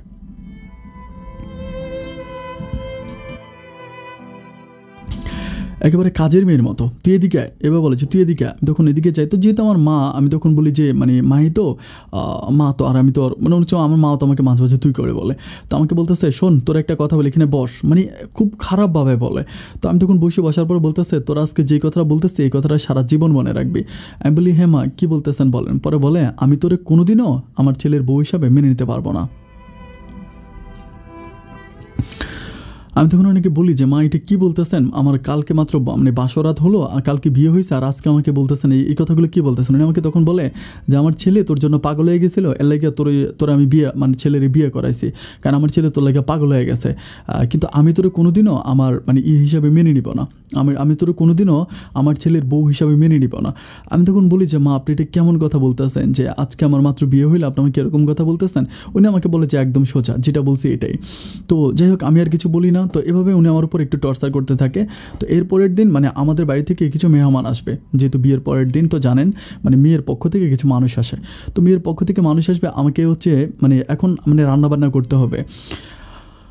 আমি বললে হয়তো বিশ্বাস করবেন, আমি যে মানুষটা কখনো গ্লাসে পানি ঢেলে পানি পান করি নাই, এবং বিয়ের সময় আমার আব্বা কিন্তু বারবার ফাহিমের আব্বা আমাকে বলছিল যে আমার মেয়েটা কাজ করতে পারে না, আমার মেয়েটা এত ভালো কাজ করতে পারে না, কিন্তু এটা বলছিল। তখন ফাহিমের আব্বা মা বলতেছে আপনার মেয়ে আমার ঘরে মাথার মুকুট হয়ে থাকবে, আমরা ওকে মাথার মুকুট করে রাখবো। আপনি এটা কেমন কথা বলতেছেন যে ওকে কাজ করতে হবে, আমরা কি ওকে কাজ করার জন্য নিব? ওকে কাজের মেয়ে, ও তো আমাদের ঘরে রানী হয়ে থাকবে, এটা আমার আব্বা আমাকে বলে। তো কিন্তু সবচেয়ে দুঃখজনক ব্যাপার হচ্ছে আমাদের বাড়ি থেকে যে মানুষগুলো আসবে সেই মানুষগুলো সমস্ত রান্নাবান্নার দায়িত্ব আমার শাশুড়ি আমাকে দিয়ে দেয়। আমাকে বলে যে তোকে সব রান্নাবান্না করতে হবে, তোর বাড়ির মানুষ আসবে তুই খাওয়াবি, এইভাবে তুই করে তো বলে এভাবে আমাকে বলে। আমি তখন বলি যে মা আপনি এটা কেমন কথা বলতেছেন যে এত মানুষের রান্নাবান্না কি আমি একা করতে পারবো? আমাকে বলে পারবি না কেন, তোকে পারতেই হবে। আমি তখন বলি মা আপনি একটা কাজ করেন, আমাকে একটু হেল্প করার জন্য অন্তত কিছু মানুষ দেন। বাট আমাকে মানে কেউ হেল্প করার জন্য কোনো মানুষ দেয় না। মানে প্রায় তো 20-25 জন মানুষ আসবে তাই না? তো 20-25 জন মানুষের রান্না আমার একার পক্ষে করা কি সম্ভব? তারপরে তো আমি আর নিরুপায়, আমি কি করব, আমি একদম নিরুপায় হয়ে রান্নাবান্না করতেছি। তো আমি তো জানি আসলে আমি কখনো এত পরিমাণ রান্না করি নাই, মানে একদম বিশাল একটা পাতিলের ভিতরে রান্না করা হচ্ছে, ওইটার ভিতরে সমস্ত রকমের জিনিসগুলো ঢালা হচ্ছে, রান্না করতেছি। আমি তখন কান্না করতেছি, আমি খুবই কান্না করতেছি, আমার চোখের পানিগুলো তখন টলমল করে মাটিতে পড়তেছে। আমি তখন বলতেছি যে আচ্ছা মানে আমি কি রান্না করতেছি এটা আমি নিজেও জানি না, কারণ আমি তো কখনো রান্নাবান্না করি নাই।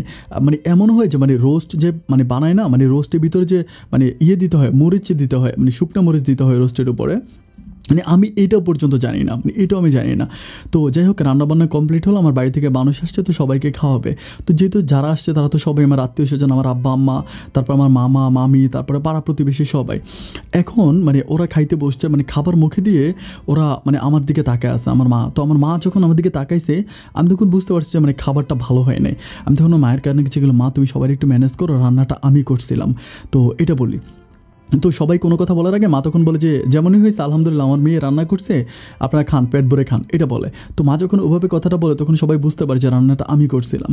আর ও আমার পরিবারের সবাই তো জানে, মানে আমার আত্মীয় স্বজন সবাই তো জানে যে আমি রান্নাবান্না করতে পারি না, অত ভালো আমি কখনো রান্নাবান্না করি না। তো যখন এটা ওরা বুঝতে পারার পরে তখন আর মানে সবাই অন্তত আমি যেমনই রান্না করছি ওরকম ওই মানে ওরকম হচ্ছে মানে বিস্বাদ টাইপের খাবারগুলো তখন খেয়ে যায়। খেয়ে যাওয়ার পর আমার বাবা তখন হচ্ছে মানে ফাহিমের মাকে বলে যে আপনি এটা কী করলেন, আমার মেয়েকে দিয়ে রান্নাবান্না করাইলেন, আমার মেয়ে তো জীবনে কখনো হচ্ছে মানে মানে গ্লাস ধুয়েও পানি খায় নাই, এরপর আপনি আপনার বাড়িতে এতগুলো কাজ আমার মেয়েকে। তখন উনি বলতেছে আরে না না না, আপনার মেয়ে সহযোগিতা করছে, এগুলো তো রান্না আমরাই করছি। তখন আমার আব্বা কি কথা বলে, আমার আব্বা বলে তাহলে যান মানে খাবারগুলো খেয়ে দেখেন যে কী রান্না করছেন, এটা আমার আব্বা অনেকে বলে। বলার পর তখন আব্বা কি ইশারা দেয়, ইশারা আব্বা চলে আসে। আমি বলি আব্বা এগুলো বলে কোনো লাভ আছে? আমার আব্বা বলে আর বলতে হবে তো, না বলে কীভাবে হবে? আমি তখন বলি যে আব্বা এগুলো বাদ দাও, যা হবার তা তো হয়ে গেছে, এখন এটা আমার শ্বশুর বাড়ি, তুমি চাইবা কীভাবে আমার শ্বশুর বাড়িতে আমি ভালো করে থাকতে পারি। তো আমার বাবা তখন বলে যে কাজটা ভালো করিস নাই মা, এটা আমার আব্বা খুব মন খারাপ করে বলে। যাই হোক, এভাবে আমার আব্বা মা তখন এভাবে আমার দিনগুলো কাটতে থাকে, কিন্তু কোনোভাবে আমি শাশুড়ির কাছ থেকে সাপোর্ট পাই না। মানে আমার শাশুড়ি আমাকে আমার সাথে এমন খারাপ ব্যবহার করে, মানে মাঝে মাঝে উনি পারে না যে আমার গায়ে পর্যন্ত হাত তুলতে আসবে, ওরকম করে আমার সাথে খারাপ ব্যবহার করে। এভাবে দিনগুলো কাটতেছে। আর ফাইমে তখন আমার সাথে মানে থাকতেছে, সবই ঠিক আছে, কিন্তু মানে অ্যাজ একজন ওয়াইফ হিসেবে ওর কাছ থেকে যে পরিমাণে রেসপেক্ট বা যে পরিমাণ ভালোবাসা পাওয়া দরকার ও পরিমাণ ভালোবাসা পাই না। তো তখন কিন্তু আমি অনার্সে ভর্তি হই, কলেজেই থাকি। তো কলেজ থেকে দেন হচ্ছে আমি করব, আমার মনে হয় মানে ফাইনাল পরীক্ষা রেজিস্ট্রেশন করতে হবে। রেজিস্ট্রেশন করার জন্য 2000 টাকা লাগবে। তো আমি ওকে বলি যে ফাইম আমার 2000 টাকা লাগবে, তুমি আমাকে 2000 টাকা দিবা, আমি হচ্ছে ফর্ম ফিল আপ করবো, এটা ওকে বলি। বলার পরে তখনও আমাকে মানে আমার দিকে প্রথমে তাকায় বলতেছে যে 2000 টাকা লাগবে। আমি বলি হ্যাঁ 2000 টাকা দিলে আমি ফর্ম ফিল আপটা করতে পারবো।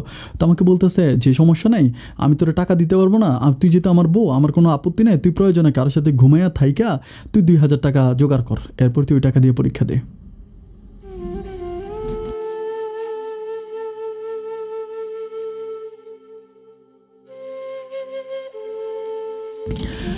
ওর এই কথাটা শোনার পর তখন আমার চোখের পানিগুলো টলমল করতেছে। আমি বললাম যে ফাইম তুমি এটা কী বললা? আমাকে বললো হ্যাঁ আমার বউ, এখন তুই যদি আমার বউরে দিয়ে, তুই তো আমার বউ তাই না, এখন আমার বউর আমি যা করবো তাই মানে কার বাপের কে বলার আছে, তুই যা, তুই মানে তুই দেহ দিয়ে কাউরে, তুই কারোর সাথে শুয়ে তুই টাকা এনে তুই পরীক্ষা দে, এভাবে বলে। আমি তখন মানুষটার মুখের দিকে তাকায় থাকি। আমি তখন চিন্তা করি আরে এই তো সেই মানুষটা, যে মানুষটা আমাকে বলেছিল যে আমার জন্য হাসতে হাসতে ওর জীবনটাও দিতে পারবে, আমার একটা মুচকি হাসির জন্য ও তার নিজের জীবনটাও দিতে পারবে। অথচ এই মানুষটা আজকে আমাকে বলতেছে অন্য কারোর সাথে শুয়া ফর্ম ফিল আপের টাকা জোগাড় করার জন্য। আমি তখন তারা বলতেছি যে ফাহিম শোনো, তোমাকে একটা কথা বলি, আমি যদি কখনো পড়াশোনা নাও করি না, তাও কখনো আমি আমার গায়ে অন্য কারো হাত দিতে দিব না, তুমি তোমার মতো করে আমাকে চিন্তা করো না। আরেকটা কথা বলি ফাহিম শোনো, আমার বাবাকে যদি আমি 2000 টাকা কেন, আমি যদি এখন বলি যে বাবা তুমি আমার পড়াশোনার জন্য 2 লাখ টাকা দাও, আমার বাবা কিন্তু আমার পড়াশোনার জন্য 2 লাখ টাকা দিবে। কারণ বাবা আমাকে ছোটোবেলা থেকে অনেক আদর করেছে, মানে আমার বাবা একদম একটা ডিম যেরকম করে মানে একটা ডিমের মতো করে বাবা আমাকে যত্ন করে রেখেছে। অথচ তুমি আমাকে 2000 টাকার জন্য আমাকে অন্য কারোর সাথে ঘুমাইতে বললা। আমার তখন খুব খারাপ লাগে, আমি তখন কিছুই বলি না। তো যাই হোক, এরপরে যখন টাকা দেন আমি তখন আমার আব্বা আমার কাছ থেকে টাকা নিয়ে আমি ফর্ম ফিল আপ করি। তো ফর্ম ফিল আপ করে আমি তখন কলেজে যাই, ও তখন এই ব্যাপারটা ভালো করে দেখে না। মানে ওর চিন্তা ভাবনা হচ্ছে যে মানে আমি কলেজে কেন যাই, ও তখন মানে বিভিন্নভাবে আমাকে মানে খারাপভাবে ইঙ্গিত করতে থাকে, আমি কলেজে গিয়ে এটা করি ওইটা করি, মানে আমার চরিত্র নিয়ে কথা বলে। আমি তখন বলি যে ফাহিম এত ভালোবেসলাম, 5 বছর রিলেশন করে বিয়ে করলাম, অথচ তুমি আমার মুখ থেকে এই কথাগুলো বলো যে তোমার লজ্জা করে না, তোমার একটা আবার চিন্তা করো না যে তুমি কাকে কী বলতেছো। আমাকে বলতেছে যে কাকে কী বলতেছে, মানে খারাপকে তো খারাপই বলবো, এভাবে দিনগুলো কাটে। তো যাই হোক, আমি চিন্তা করি যে যত যাই হোক মেয়েদের তো একবারে বিয়ে, একে তো মানে শাশুড়ির অত্যাচার, তার উপর স্বামীর অত্যাচার মানে সহ্য করতে পারি না। এভাবে দিনগুলো কাটতে একটা পর্যায়ে মানে ও কিন্তু আবার মানে আমাদের মানে কিছুদিন পরে, এটা প্রায় 1 সপ্তাহ পরে একদিন দুপুরবেলা ও মানে গোসল করবে, আমাকে বলতেছে যে গোসল করবো। তো তখন একটু শীতকালের মতো ছিল, আমাদের মানে গরম পানি করতে এটা বলে। তাই আমি বলি যে দেখো আসলে মানে গরম পানি করতে হবে কেন, মানে রোদ ছিল তো মানে যে টাঙ্কি আছে বাসার ছাদের উপর, ওই টাঙ্কির পানি গরম। আমি ওরা বলতেছি যে টাঙ্কির পানি তো গরম, ওই গরম পানি দিয়ে তো তুমি গোসল করে ফেলতে পারো, এখন আবার মানে পানি গরম করতে হবে কেন? ওদের ওখানে মানে ছিল তো মানে ওরকম বলে মানে একটা মাত্র চুলা ছিল, তো এখানে 4টা পরিবার ছিল, আমি সত্যটা বলি 4টা পরিবার। তো 4টা পরিবার মাঝে মাঝে পানি গরম করতে যাই, মানে আরেকটা ভাবি রান্না করতেছে, ওই ভাবি কিন্তু একটু অন্যরকম, মানে একটু রাগান্বিত টাইপের। এখন আমি যদি ওনার উপর যাই যদি পানিটা গরম করতে যাই, তাহলে উনি খুব রেগে যাবে। কেন ব্যাপারটা আমি বলে রাখি, যারা শহরের বাড়িতে ছিলেন তারা ব্যাপারটা জানবেন। শহরে যখন 5টা পরিবারের জন্য একটা চুলা ধার্য করা হয়, তখন ওই চুলার ভিতরে মানে টাইম নির্ধারণ করে দেওয়া হয় যে 3 ঘন্টা আপনার, 3 ঘন্টা ওনার, 3 ঘন্টা। তো আমার রান্নাটা আমার 3 ঘন্টার মধ্যেই করতে হবে। এখন ওই 3 ঘন্টার ভিতরে যদি অন্য কেউ রান্না করে, আমি ওখানে ডিস্টার্ব করতে পারবো না। তো এখন যদি ফাহিমা আমাকে বলতেছে যে পানি গরম করো, তখন তো ওনাকে ডিস্টার্ব করতে হবে। এখন ওনাকে ডিস্টার্ব করতে গেলে উনি খুব রাগ করবে, আমি জানি খুব রাগী মানুষ। এই জন্য আমি ভয়ে ফাহিমকে বলতেছিলাম যে উপরে ট্যাঙ্কের পানি তো গরমই, তুমি গরম পানি দিয়ে গোসল করে ফেলো। এটা বলার পরে ফাহিম তখন প্রচণ্ড রকম রেগে যায়, মানে রেগে গিয়ে ও তখন কী করো, মানে প্যান্ট তো খুলে রাখে, মানে প্যান্টের ভিতরে যে বেল্টটা লাগানো থাকে বেল্টটা তখন বার করে, প্যান্টের বেল্টটা বের করে আমাকে এমন মারে, মানে আমার পুরো শরীরে যেন একেবারে রেলগাড়ির রাস্তা বানায় ফেলে, মানে একেবারে শিয়াল কুকুরের মতো আমাকে মারে। মানে ওই ওদের আশেপাশের বাসা সবগুলো মানুষ এসে আমাকে ধরে, যে সবাই বলতেছে হাইরি আল্লাহ, পুরীর মতো একটা মেয়ের এভাবে মারতাছ, এত সুন্দর একটা মেয়ে, তোদের কি হাত কাঁপে না, তোদের কি ভয় লাগে না, এমন মেয়েরে কেমনে মারতাছস, মানে ওরকম করে সবাই ওকে ধরে, ওরে কেউ ধরে রাখতে পারে না, ও আমাকে বলে যে আমাকে মেরেই ফেলবে, এরকম করে। আমি রাতের বেলায় খুব কান্না করি, কিন্তু ওই নরপিসারটা রাতের বেলা আমার সাথে অনেক মানে ইয়ে করবে, মানে স্বামী স্ত্রী সম্পর্ক করবে। আমি তখন ওরে বলি যে তুই আমার মাইরা ফেল, তুই মাইরা ফেল, আমার আর এইভাবে কষ্ট দিস না, আমি তোরে ভালোবাসি, আমি কি ভুল করছি, কেন আমি তোরে বিয়ে করতে গেলাম, আমার বাবা মায়ের অমতে আমি তোরে বিয়ে করলাম।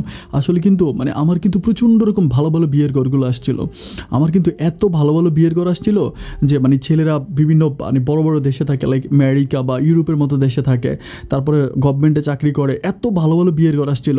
আমার যখন বিয়ের ঘর আসতো, আমি তখন কী করতাম, আমি আমার বাসা থেকে পালায় যেতাম। আমি আমার আব্বারে বলতাম যে বিষ খেয়ে মরে যাবো, আম্মাকে বলতাম ফাঁসি দেবো, তোমরা যদি আমাকে ফাহিম ছাড়া অন্য কারোর কাছে বিয়ে দাও, তোমরা আমার লাশ পাবা, তোমরা আমার লাশটা পাবা, তুমি আমাকে পাবা না। এগুলো বলে আমি খুবই কান্নাকাটি করি, মানে সবার কাছে বলি যে না, আমি অন্য কাউকে বিয়ে করবো না, এটা আমি বলি। আমার আব্বা আম্মাকে বলি, তো এত ভালো ভালো বিয়ের ঘরগুলো ঢিনাই করে আমি তোমাকে বিয়ে করলাম, অথচ তুমি আমার সাথে এই কাজগুলো করতেছো। তো আমার একটু ভালো হয়ে যাওয়ার পরে আরও 8-9 দিনের মতো কাটে। 8-9 দিন পরে তো দেখেন, এটা আসলে লাইক একটু বস্তি টাইপেরই ছিল। তো এখানে আসলে মানে নিজের একটু মানে হয় না যে একটা মেয়ে নিজের যে ইয়াটা, ওই সিকিউরিটিটা আসলে নিজের মতো করে রাখা যায় না, মাঝে মাঝে বাইরে যাইতে হয়, এরকম সেরকম। তো বাইরে যখন আমি যাই, ওইখানে হচ্ছে আমাদের চট্টগ্রামের ভাষায় বলে যে জমিদার, মানে জমিদারের 3টা ছেলে ছিল। তো 3টা ছেলে বলতে বড় ছেলেটা মনে হয় মানে কী করে আমি জানি না, অ্যান্ড মেজু যে ছেলেটা আছে ও তখন কাতারে থাকতো, কাতার থাকে, ও তখন মানে কাতার থেকে বাংলাদেশে আসে। আর ছোটো ছেলেটা হচ্ছে ক্লাস 8-এ পড়ে, এটা হলো মানে বাড়িওয়ালা, মিনস হচ্ছে জমিদারের ছেলেদের। তো জমিদারের যে মেজু ছেলেটা আছে, ওই ছেলেটা আমার দিকে একটু অন্যভাবে তাকায়, এটা আমি বুঝতে পারি। তো তাকানোর পরে তখন আমি কি করি, আমার ঘরে আসার পরে মানে এটা বেশ কিছুদিন ধরে আমার দিকে তাকা, আমি কাউকে বলি না, কারণ আমি জানি আমার স্বামীকে বললেও ও আসলে ওটাকে ওভাবে গুরুত্ব দিবে না। আমি তখন হচ্ছে মানে এটা প্রায় কয়েকদিন যাওয়ার পরে আমি তখন আর বাইরে অতটা বের হই না, মানে আমি তখন আর বাইরে বের হই না। আমি খুব খেয়াল করছি উনি কোথাও আছে কি না, উনি যদি থাকে তাহলে আমি বাইরে যাই না, আমি ঘরের মধ্যে থাকি। তো কিছুদিন পরে একদিন ফাহিম আমাকে বলতেছে আচ্ছা তোমাকে একটা কথা বলি, ভীতি তুমি কিছু মনে করো না। আমি বললাম যে না মনে করবো না, বলো না কী হয়েছে। আমাকে বলে যে আমাদের জমিদারের যে একটা ছেলে আছে, মেজো ছেলে, কাতারে থাকে, তুমি তার চিনো? আমি বললাম যে শুনেছিলাম তোমার মায়ের মুখে কাতার থাকে, এরকম। পর বলে যে ওই ছেলেটাকে তোমার কেমন লাগে। আমি তখন বলতেছিলাম যে ছেলেটাকে কেমন লাগে, মানে এটা তুমি কেমন কথা বলতে আসতো? বলে যে মানে এই ছেলেটাকে কেমন লাগে আমাকে একটু বলো। আমি তখন বলি যে মানে আমি না তোমার কথা বুঝতে পারতেছি না, তুমি আমাকে এগুলো কী বলতে আসো। আমাকে বলে যে তোমাকে যে ছেলেটা দেখাইছিলাম, এই ছেলেটা তোমার কেমন লাগে, ভালো লাগে? আমি তখন বলি যে আমার ভালো লাগা কী বলো এগুলো, তুমি আমার স্বামী এগুলো কী বলো? পরে বলে যে ওই ছেলের সাথে থাকবা, আমাকে এরকম করে বলে। আমি তখন বলি যে মানে ফাহিম তুমি কি পাগল হয়ে গেছো, তুমি আমাকে এগুলো কী বলতে আসো, তোমার কি মাথাটা ঠিক আছে? আমাকে বলে যে না, মাথাটা ঠিক আছে, সবই ঠিক আছে, তুমি যদি এই ছেলেটাকে একটু সময় দাও আমি খুব খুশি হব। আমাকে বলে যে তুমি যদি ওই ছেলেটাকে একটু সময় দাও আমি সত্যি অনেক খুশি হব। আমি তখন তারে বলি যে ছেলেটাকে সময় দিব মানে, আমাকে বলে যে না, সময় দিব মানে একটু মানে একান্তভাবে একটু মানে বৈশাখ কথা বলবা, ওরা একটু সময় দিবা, মানে ও যা যা করতে বলে তা করবা। আমি তখন বলি যে তুমি না আমার স্বামী, তুমি না আমাকে বিয়ে করছো, আমরা না 5 বছরের সম্পর্ক করে বিয়ে করেছিলাম, ও ও ও ও ও আমার জানের টুকরা। তুমি না আমাকে বলছিলা যে আমায় তুমি মাথায় রাখবা না, উকুনে খাবে, মাটিতে রাখবা না, পিঁপড়া খাবে। তুমি আমার এই দেহটারে কেমনে বলো অন্য একটা ছেলের দেওয়ার লাইগা, তোমার খারাপ লাগে না, তোমার কলিজাটা কাঁপে না? ও আমারে বলে যে আমার জায়গা, আমি কখনো আম চাষ করব, কখনো কাঁঠাল চাষ করব, কখনো বেগুন চাষ করব, কখনো লাউ চাষ করব, আমার জায়গায় আমি যেটা খুশি এটাই চাষ করব, কার বাপের কি? তুই আমার বউ, আমি তোর দিয়ে যা খুশি তা করাবো, তোর দেহটা কার? তোর এই দেহটা কার? আমার না? তোর দেহটা যদি আমার হয়ে থাকে তাহলে আমার দেহটা মানে তোর দেহটা আমার হয়ে থাকলে আমি আমার দেহ যারে খুশি তারে দেবো, কার বাপের কি আছে?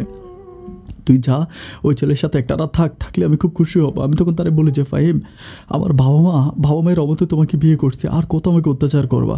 ও আমারে বলে একটা রাত থাকলে কী হবে, কেউ জানবে না, কেউ বুঝবে না, এটা কিছু হবে না।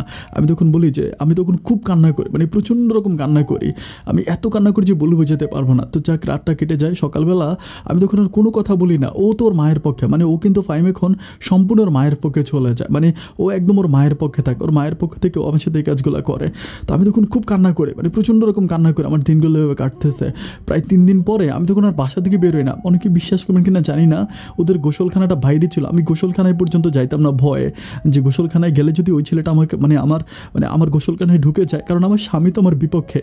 আমার স্বামী তো আরও দরজা খুলে দেবে ঢোকার জন্য। রাতের বেলায় ঘুমাইলে আমি ঘুম থেকে উঠে দরজাটা ভালো করে লাগাই দিই, যে আয় হাল আমার স্বামী রাতের বেলায় কোনো দরজা খুলে রাখে কিনা। আমি তখন মেন গেটটা লাগাই দিই, আমাদের মেন গেট থেকে কেউ ঢুকতে পারবে কিনা, যে মানুষটার সাথে শুয়ে আছি সে তো আমাকে বিক্রি করে দিচ্ছে। আমি কী করবো আমি বুঝতে পারতেছি না। আমি এরকম মাঝে মাঝে যখন ও বাইরে যায়, ও যখন একটা কাজ দেয়, মানে ফাহিম যখন রাতের বেলা একটা কাজ দেয়, আমি তখন খাট থেকে লাফ দিয়ে উঠে যাই, মানে উঠে যাই যে আল্লাহ ফাহিম আবার কাউকে নিয়ে আসলো কিনা। আমি তখন লাইট অন করি, এবং আমি সবসময় আমার সাথে একটা কোরআন শরীফ রাখি। আমি কোরআন শরীফটা আমার বালিশের নিচে রেখে আমি ঘুমাই। আমি চিন্তা করি, আল্লাহ তুমি আমাকে কোরআনের উসিলা আমাকে রক্ষা করো, আল্লাহ আমাকে রক্ষা করো। আমি তো একটা মেয়ে মানুষ, আমি কার কাছে যাব, কাকে কি বলবো, আমি কি করে পাবলিকের কাছে বলবো, কি করে মানুষের কাছে বলবো, কি করে বাবা মায়ের কাছে বলবো যে আমার স্বামী দরজা খুলে দিয়ে বাইরের একটা লোককে হয়তো আমার রুমে ঢুকিয়ে দিতে পারে। দিন যাচ্ছে, রাত যাচ্ছে, যেতে যেতে একদিন ওদের সবরায় খাওয়া দাওয়া করে, আমিও খাওয়া দাওয়া করি। খাওয়া দাওয়া করার পরে আমি রাত্রেবেলায় খাওয়া দাওয়া করি। তো খাওয়া দাওয়া করার পর আমার সেদিন কেন জানি এত পরিমাণ ঘুম আসতেছে, আমার পুরোটা শরীর আমি মুভ করতে পারতেছি না, আমার পুরো শরীর খুব প্রচণ্ড ব্যথা করতেছে। আমার খাবার খাওয়ার পরে জাস্ট খাবার খাচ্ছি তখনই আমি তখন বলতেছি যে ফাহিম, আমার শরীরটা তো খারাপ কেন লাগতেছে, আমার তো ব্যথা কেন করতেছে, আমার কেন ঘুম আসতেছে। ও বলে যে সারাদিন কাজ করতেছো, মনে হয় প্রেশার বেড়ে গেছে। আমি তখন তারে বলতেছি যে প্রেশার বেড়ে গেছে, কী বলতেছো, প্রেশার বাড়বে কেন, আর আমি তো ইয়াং বয়সী একটা মেয়ে, আমার কি প্রেশার আসে না কেউ। আমাকে বলে যে খাওয়া দাওয়া করে ঘুমিয়ে যাও তাহলে ঠিক হয়ে যাবে, এটা বলে। আমি খাওয়া দাওয়া করে ফেলছি, তো বলে ঘুমিয়ে যাও।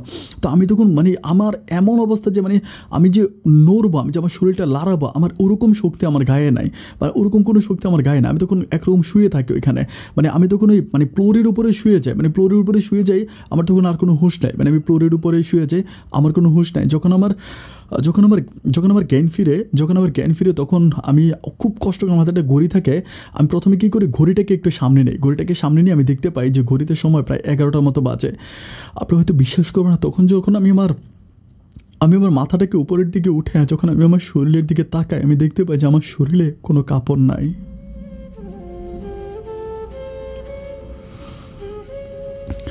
শরীরে কোনো কাপড় নাই, ফাহিম আমার পাশে বসে আছে, আমি একেবারে উলঙ্গ থাকি। আমি তখন ফাহিমকে বলি যে ফাহিম, আমার শরীরের কাপড়গুলো কই। তো বলে কাপড় আছে। আমি বললাম যে আমার শরীরটা এরকম উলঙ্গ কেন। বলে যে আমি তো তোমার সাথে রাত্রে স্বামী স্ত্রীর সম্পর্ক করেছি এজন্য। তো আমি বললাম যে আমি তো আমার যখন আমার কাপড় চোপড়গুলো কোথায় নিয়ে গেছো, কাপড় চোপড়গুলো এনে দাও। আমি তখন কথা বলতে পারি না, খুব কষ্ট করে কথা বলি, কাপড় চোপড়গুলো এনে দাও, কোথায় গেছে। তো বলে যে কাপড় চোপড় আছে ওই যে। তো আমি দেখতে আমার কাপড় চোপড়গুলো এক জায়গার ভিতর মাটির মধ্যে থুবাইয়া রেখে দিছে, ওরকম করে সব কিছু আমার কাপড় চোপড়। মেয়েদের তো অনেক কাপড় থাকে, সবগুলো কাপড়। আমি যখন কাপড়টা ধরতে যাব তখন আমি বুঝতে পারি যে আমি আমার শরীরটা মুভ করতে পারতেছি না। আমার শরীরটা তখন এত ব্যথা, আমি শরীর নাড়াইতে পারতেছি না। হয় না যে এক পাশ থেকে আরেক পাশ হবো, আমি সেটাই পারতেছি না। আমি তখন বলতেছি ফাহিম, আমার এরকম কেন লাগতেছে, আমি কেন শরীর নাড়াইতে পারতেছি না। তখনও হাসে, মুসকে হাসে তখন ওইখান থেকে উঠে যায়। আমি তখন খুবই কষ্ট করে আমি গিয়ে আমার কাপড়টা ধরে ইজ্জতটা কোনোরকম ঢাকি। ইজ্জতটা ঢেকে আমি তখন বসে চিন্তা করি যে ফাহিম আমাকে বলছে যে ও আমার সাথে স্বামী স্ত্রীর সম্পর্ক করেছে, কিন্তু আমি নিশ্চিত যে ফাহিম আমার সাথে এটা করে নাই, এটা অন্য কোনো ঘটনা। কারণ আমি তো একটা মেয়ে মানুষ, আমি তো আমার শরীরের গঠনটা বুঝতে পারি যে আমার সাথে কি হয়েছে। আমার কাছে মনে হয় যে আমার শরীরের উপর দিয়ে মনে হয় রেলগাড়ি চালাইছে, এরকম অবস্থা। শরীরের বিভিন্ন জায়গায় দাগ হয়ে থাকে, আমি এরকম স্পট দেখতে পাই। আমি তো অনেক লাল ছিলাম, শরীরের জায়গাগুলোতে এরকম দাগ বসে যায়। আমি তখন কান্না করে, আমার শ্বাস তো ভালো, আমি কি বলবো, আমি কাউকে বুঝাতে পারতেছি না। তো যাই হোক, আমি তখন গোসলখানায় গিয়ে আমি গোসল করি। গোসলখানার পর আমি দেখতে পাই যে বাড়িওয়ালার ছেলে তখন মানে আমার দিকে তাকে এরকম করে করে জিব্বা কামড়ে আর মুসকে মুসকে হাসে, মানে মুসকে মুসকে হাসে। তখন আমি ঘরে আসি, ঘরে আসার পরে আমার তখন মানে আস্তে আস্তে আস্তে যেগুলো ঠিক হই। এভাবে আরও কিছুদিন কাটে, কিছুদিন কাটার পরে একদম ফাহিম আমাকে মানে কিছুদিন কাটার পরে একদম ফাহিম আমাকে বলতেছে যে কিছু টাকা আমাদের বাড়ি থেকে এনে দেওয়ার জন্য, তো আমি তখন আমাকে বলতেছে এটা যে কিছু টাকা আমাদের বাসাতে। আমি বলি যে আমি টাকা কোথায় পাবো, আমার তো কোনো টাকা নাই। টাকা বলো যে টাকা এনে দাও, টাকা এনে দাও। ওর মা বলে, ও বলে। তো আমি তখন টাকা আনি নি। এভাবে 2-3 দিন যাওয়ার পর তো ফাহিমের মামার সাথে ঝগড়া করে। যখন ঝগড়া করে তখন ফাহিম তার মাকে বলতেছে যে মা, আমি শুনে আছি কিন্তু আমি যে পাশের রুমে, ওরা কিন্তু জানে না, কিন্তু আমি পাশের রুমে সব কিছু শুনতেছি। আমি পাশের রুমে আছি, পাশের রুমে থেকে আমি স্পষ্ট শুনতেছে যে ফাহিম তার মাকে বলে যে মা, ওর বাপের থেকে আর কয় টাকায় আনবে, ওর বাপের থেকে টাকার দরকার নেই, ওর বাপের থেকে টাকা দিয়ে কী হবে, ওরে দিয়েই তো আমরা অনেক টাকা ইনকাম করতেছি। আর তখন ফাহিমের মা তখন মুসকে মুসকে হাসে। ফাহিমের মা বলে কেন, কী করতেছস? তো বলে কেন, সেদিন দেখলাম না যে 10,000 টাকা কেমনি ইনকাম করলাম, ঢুকাই দিলাম ঘরের ভিতরে, এরকম করে আরেকদিন ওষুধ খাওয়াই দিলে তারপরে দেখবা যে আরও 20,000 টাকা পাওয়া যাবো। আমি তো খালি মক্কেল খুঁজতেছি, একটা মক্কেল পাবো, ওর ঘরে ঢুকাই দিমু, তারপর ওর ঘরে ঢুকবো, ঢুকার পরে সারা রাত থাকবো, তুমি শুধু ঘুমের ওষুধগুলো ব্যবস্থা করে রাখো, তাইলেই হবে। আমি তখন বুঝতে পারি যে আমি কার ঘরে আসি, আমি কার জায়গায় আসি। 10,000 টাকার বিনিময়ে আমার স্বামী আমারে বিক্রি করে দিল।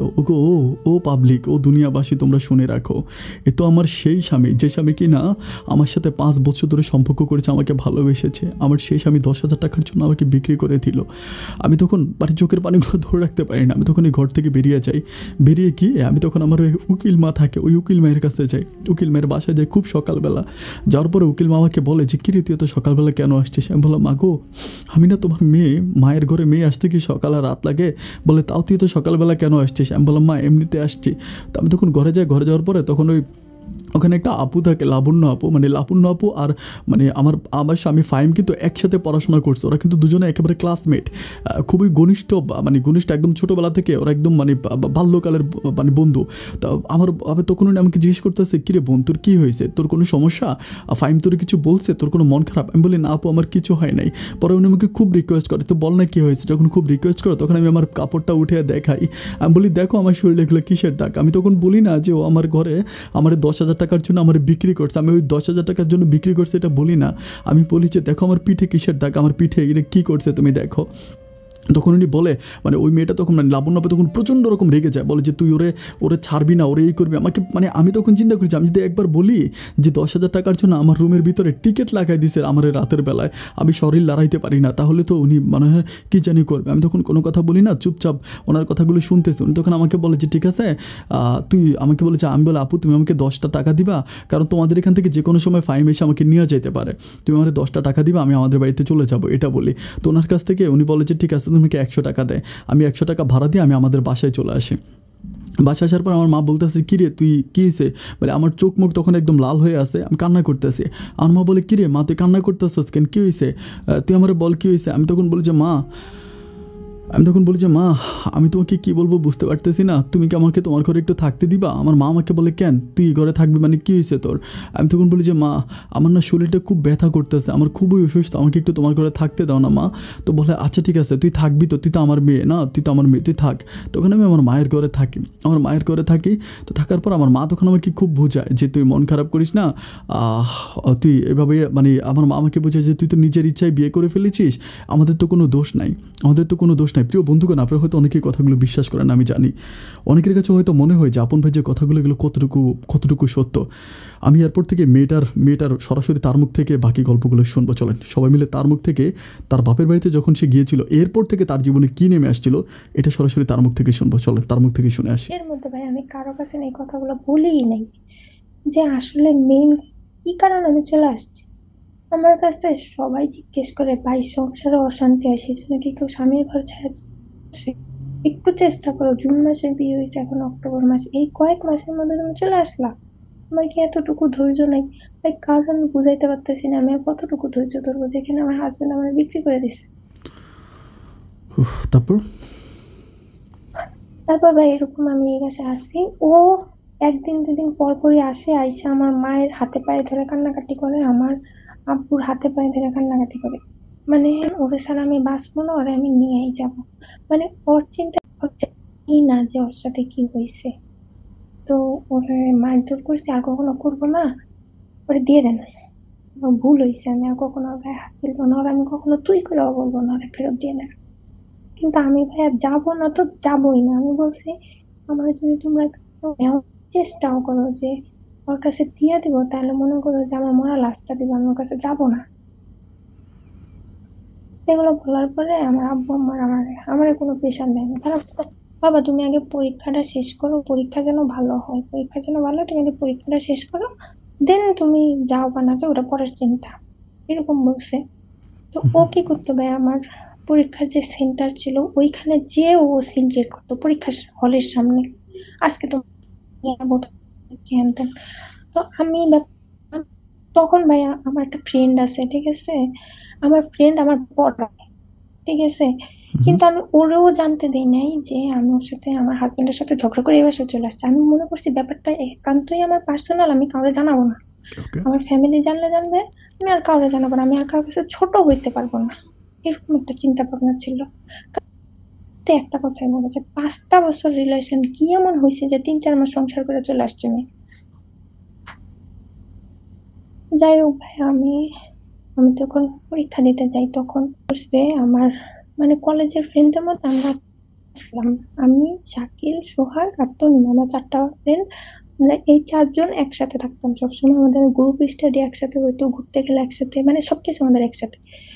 তো ও ফেসবুকে ওই 3জনের সাথে কন্টাক্ট করছে, বলতেছে যে তোমার বান্ধবী এরকম কি হয়েছে না হয়েছে, একটু আমার সাথে ঝগড়া হয়েছে, আমার কাছ থেকে চলে গেছে আর আসতে চায় না, তোমরা তো ফ্রেন্ড, তোমরা ওর সাথে একটু মানে বুঝে শুনে আমার কাছে পাঠাও।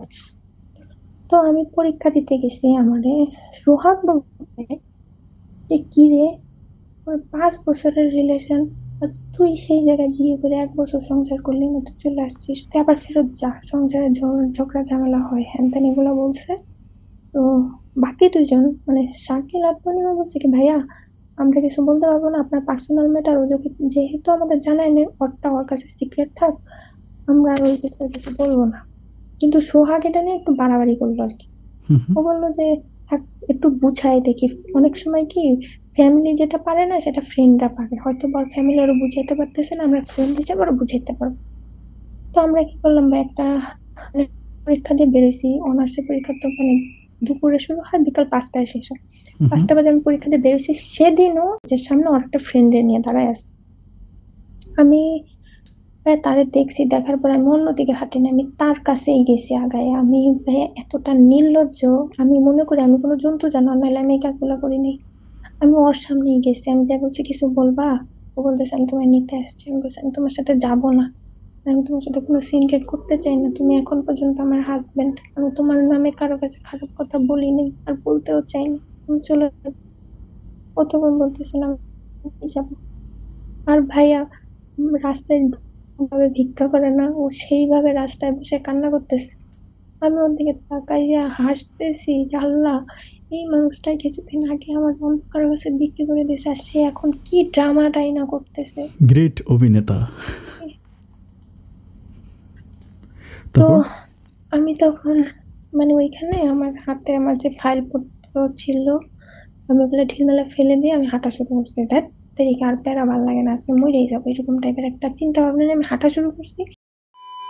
তাই তার সামনে আমার ফ্রেন্ড মানে সোহাগ আমার আটকাইছে, ও আমার হাতে ধরছে আর কি, হাতে ধরে আমরা বসে মাথা গরম করিস না, থাম, ওয়েট কর, কথা বলি, জিনিসটা বুঝি, তার যা করে করিস। ও বলে আচ্ছা ঠিক আছে আমি বাসায় চলে যাই।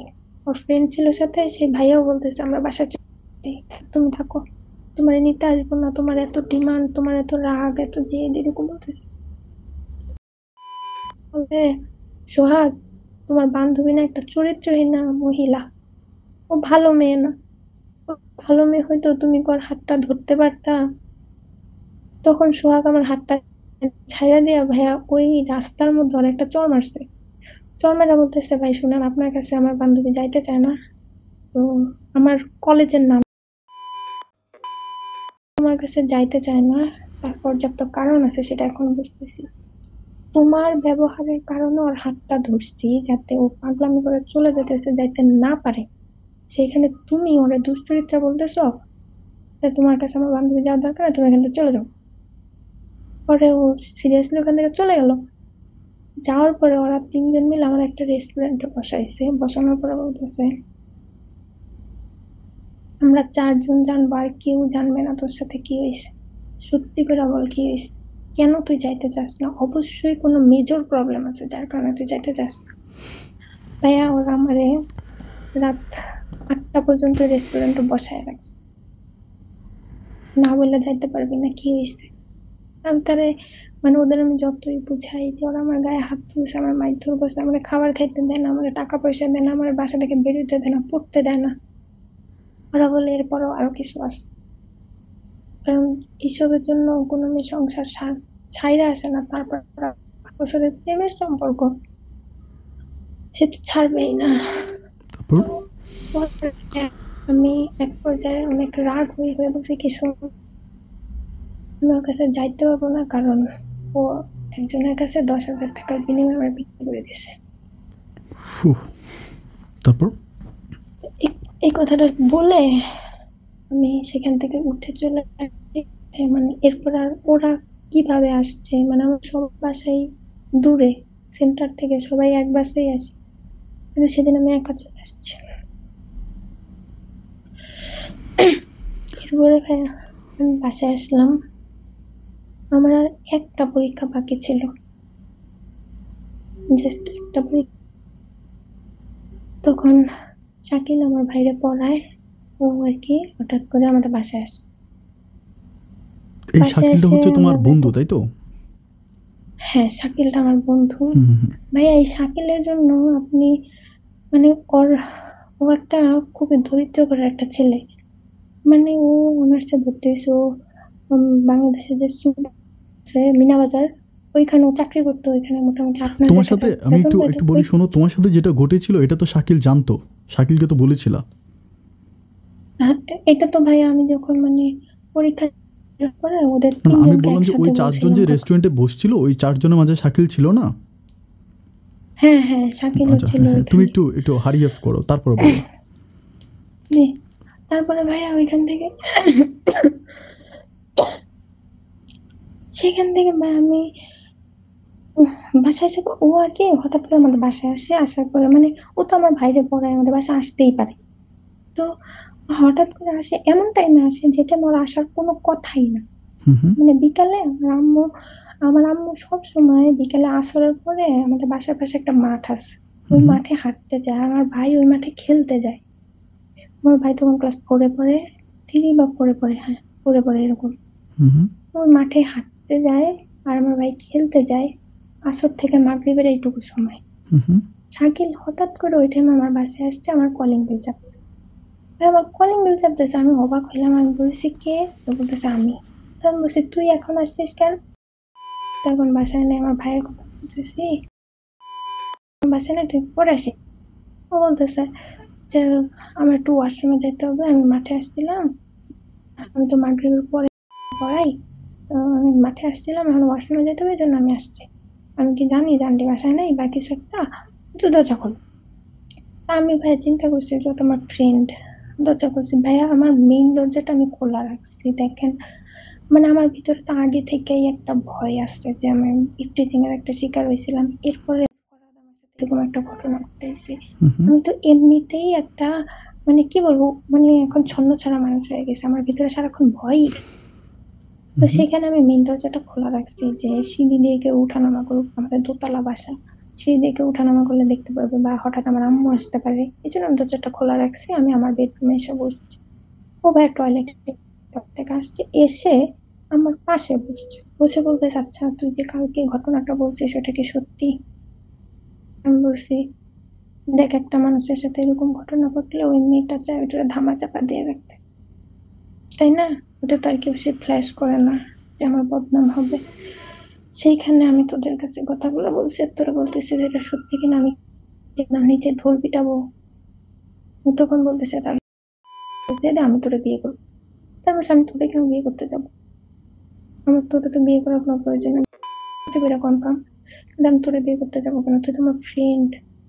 আর ভাইয়া এই ছেলেটার জন্য আমি এত করছি, আমার মা করছে, ওর চাকরি ছিল না, ওর চাকরি দিছি, আইটি সেক্টরে চাকরি দিছি, ওর বাসায় খাবার ছিল না, ও আমার মার কাছে ফোন করতো, আন্টি আমার বাসায় আজকে বউ আসে নাই, আমি খাবারের টাকা দিতে পারি না, আমার খাবার দেয় নাই। আম্মু বলতো বাসায় এসে খায়া যাও, খায়া যেত। এরপর এরপর ওর বলো। বই ছিল না, আমি বই কিনে দিছি, ওর ফর্ম ফিল আপের টাকা ছিল না, সেই টাকাটা আমি দিছি। এত করছি ভাইয়া। সেই ছেলেটা সেদিন আমার একা ঘরে পাইয়া বলতেছে যে তুই যদি আমার বিয়ে করতে রাজি না হস তোর সাথে এমন কিছু করবো, তুই বিয়ে করতে বাধ্য হবি। আমি বলছি, কি বা করতে পারবি, আমার সাথে যত ঘটনা করছে এরপরে তো আর ঘটার কিছু নাই, এরপরে তার কারো বিয়ে করবো না। ও তখন ভাই আমার গায়ের ওড়নাটা আমার কাছ থেকে নিয়ে আমার মুখটা বাঁধে।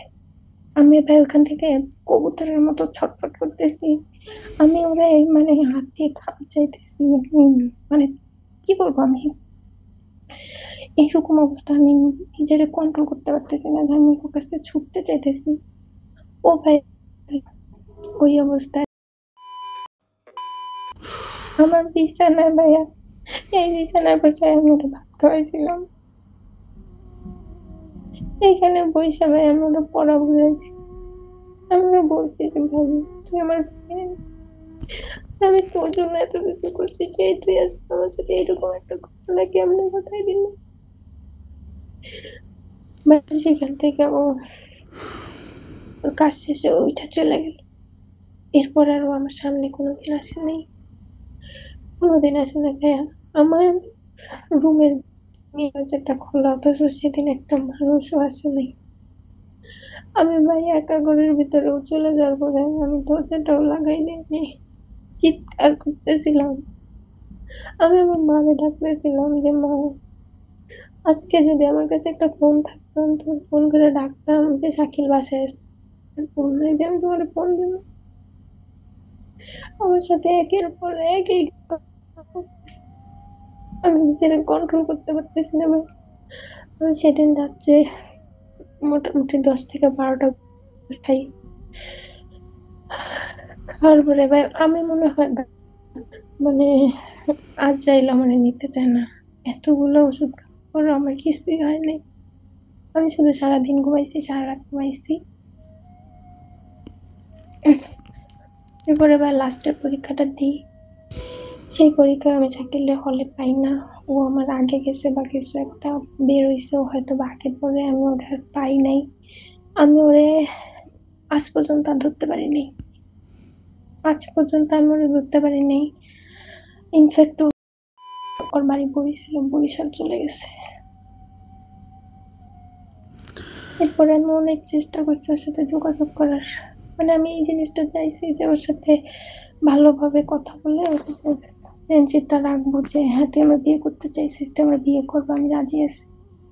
জাস্ট আমি করে নিয়ে আমি থানায় আমি যেতাম, আমি এর আগে একবার গেছি, আরো একবার। একটা মানে আপনি মানে মানে আপনি কি এটা যেটা বলতে চাচ্ছেন যে আপনি তাকে মানে সত্যি বিয়ে করতে চাচ্ছিলেন নাকি হচ্ছে মানে তাকে নিয়ে থানায় গিয়ে ধরাই দিতেন, কোনটা? আমি সত্যি যেতেছিলাম যে তাকে নিয়ে থানায় যেতে, হ্যাঁ, কিন্তু সেটাই কারণ ওই কারণ যে সময়টাতে মানুষটা আপনাকে দর্শন করেছে তাকে বিয়ে করার কোনো প্রশ্নই আসে না, কোনো প্রশ্নই আসে না। হ্যাঁ, হ্যাঁ ভাই এই সেটাই। আইডিয়াটা আপনার ঠিক আছে। ওকে। তারপর তারপরে মানে আমি অনেক চেষ্টা করছি, তারপর আর ওর সাথে কোনোভাবে যোগাযোগ করতে পারি নাই।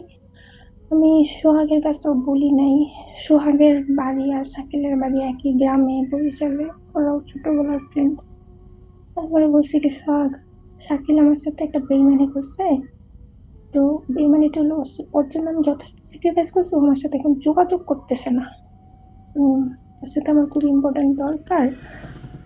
ইনফ্যাক্ট আমাদের থার্ড ইয়ারের মানে করোনার কারণে আমরা পিছায় গেছিলাম, আমার থার্ড ইয়ারের যে ফর্ম ফিল আপ হয়েছে সেখানেও শাকিল আসে নাই।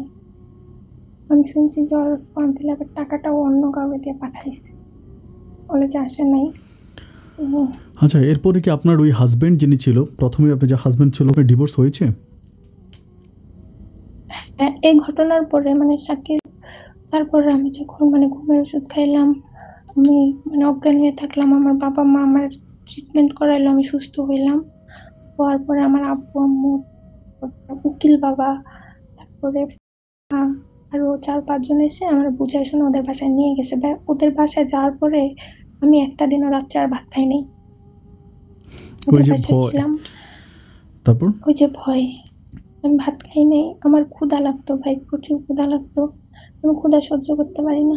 আমার ক্ষুধা লাগলে আমি রান্নাঘরে যে বেসিন থেকে একটু পানি খাইছি, বা টয়লেটে যে কল ছেড়ে একটু পানি খাইছি, কিন্তু আমি কখনো রাত্রেবেলা খাইনি। এরপরে ভাই আমার ওদের এরপর ওরা আমার সাথে যথেষ্ট খারাপ ব্যবহার করছে। মানে ওদের অত্যাচার গুলো না কমে নাই। তো আমার অ্যাজমার প্রবলেম আছে, আপনি হয়তো বা এখন বুঝতেছেন আমার কিন্তু এখনো আর কি অ্যাজমার সমস্যা আমি হইতেছে। বুঝতে পারতেছিলাম। তো আমার অ্যাজমার প্রবলেম আছে। তো সেখানে আমার একদিন হঠাৎ করে প্রচুর পরিমাণে শ্বাসকষ্ট ওঠে। ওঠার পরে আমি শুধু মানে মুখ দিয়ে নিঃশ্বাস নিতেছি, আর ওরা বলছিলাম আমার একটা ওষুধ আছে, ওষুধটা দাও। আমার ওষুধটা খাওয়ার নিয়ম হচ্ছে, যদি মানে এখন শ্বাসটা উঠছে, এখনই আমি খাইলে অর্ধেকটা খাইতে হবে, বেশি খাওয়া যাবে না। আর যদি এটা 1 ঘন্টার বেশি হয়ে যায় তাহলে আমার একটা ওষুধ খাইতে হবে। আর যদি সেটা আরো বেশি লং টাইম হয় তাহলে আমার 1.5টা ওষুধ ভাইনা খাইতে হবে, এরকম আর কি। অনেক পাহাড়ি একটা ওষুধ। ও কি করছে, যখন দেখছে আমার তখনও 1.5টা ওষুধ, মানে আমার খাওয়ার কথা হাফ, সেখানে একটা 1.5টা খাওয়াই অর্ধেকের দিছে। অর্ধেক। হ্যাঁ, সেটা খাওয়াই দিছে, একটা চামচে একটু পানি নিয়ে গোলাইছে, বলে আমার মুখে দিয়ে দিছে। আমি তো আর ওই জিনিসটা দেখি নাই যে ও কতটুকু। ওইটা খাওয়ার পরে ভাই একটা প্যারালাইজ, পাগুলো যেরকম বাঁকা হয়ে যায় না, আমার হাত পা গুলো এরকম বাঁকা বাঁকা হয়ে গেছে। আমি নড়তে চড়তে পারতেছি না, আমার ব্রেন কাজ করতেছে না।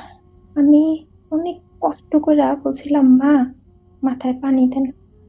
কারণ আমার মামা স্ট্রোক করে প্যারালাইজড। আমার মামা বলছিল, মা কখনো যদি দেখো কারো এরকম অসুবিধা, প্রচুর পরিমাণে মাথায় পানি ঢালবা। ওই আচ্ছা। অবস্থায় ভাই আমার সেন্স কাজ করছে। আমি ওদের বলতেছি একটু পানি দেন, একটু পানি দেন, ওরা কেউ আমার ভাই একটা পানি দেয়নি। এরপরে ভাই আমি নিজে নিজে ওয়াল ধরে ধরে টয়লেটে গেছি। টয়লেটে যে আমি বসে পড়ছি, বসে আমার বাঁকা বাঁকা হাতগুলো দিয়ে আমি 2 হাতে মুখটা ধরে মাথায় পানি ঢালতে গেছি। আর মা এসে ভাইয়া বলতেছে, তো তাই না, বলে ভাই আমার মাথায় পানি দেন। আমার কপালে নাকে মুখে পানি ঢালতেছে ভাই, 2 মুখ পানি ঢালছে ভাই, আমি আর নিঃশ্বাস নিতে পারি না, আমি সে জায়গায় অজ্ঞান হয়ে গেছি।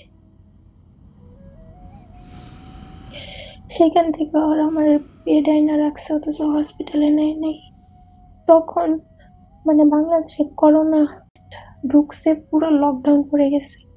ওই অবস্থায় আমার বাবারে ফোন দিছে, আমার আব্বু এসে ওইখানে যেয়ে বলতেছে, আমার মেয়েটা তোমার কাছে আসতে চায়, তুমি জোর করে আনছো। আমার মেয়ে এত সুস্থ, হসপিটালে কেন নিতেছ না? আমার আব্বু আমার হসপিটালে ভর্তি করে, ওরা আসে, কিন্তু হসপিটালে আমার রাইখা ওরা মা চলে যায়। মা বলে ওর করোনা হয়েছে, কেন যাবে না, ওরা বাইরে ফেলাই দিই। আমার আব্বু আম্মু সারা রাত হসপিটালে থেকে পরের দিন আমি বাসায় এসেছি। 15 দিন এই বাসায়। এই 15 দিনের মধ্যে ওরা একটা বারও আমার সাথে যোগাযোগ করে নাই। আমি কেমন 15 দিন পর আমার শ্বশুর মালয়েশিয়া থেকে ফোন করে বলতেছে, তুমি এখন বসে থাকো না, তোমার শাশুড়ি অসুস্থ, 2 দিন পরে রোজা শুরু হয়ে যাবে, তোমার বাসায় যেতে হবে, বাসায় যাও। এরপরও ভাই আমি ওর বাসায় গেছি। আমি তো কারোর কাছে বলতে পারি নাই যে আমার সাথে কি কি হয়েছে, সেই জন্য আমি এরপরও ভাই আমি 7 রমজান পর্যন্ত ওদের বাসায় ছিলাম। এই 7টা দিন আমি একটা দিনও সেহেরি করিনি, আমি না খাচ্ছি।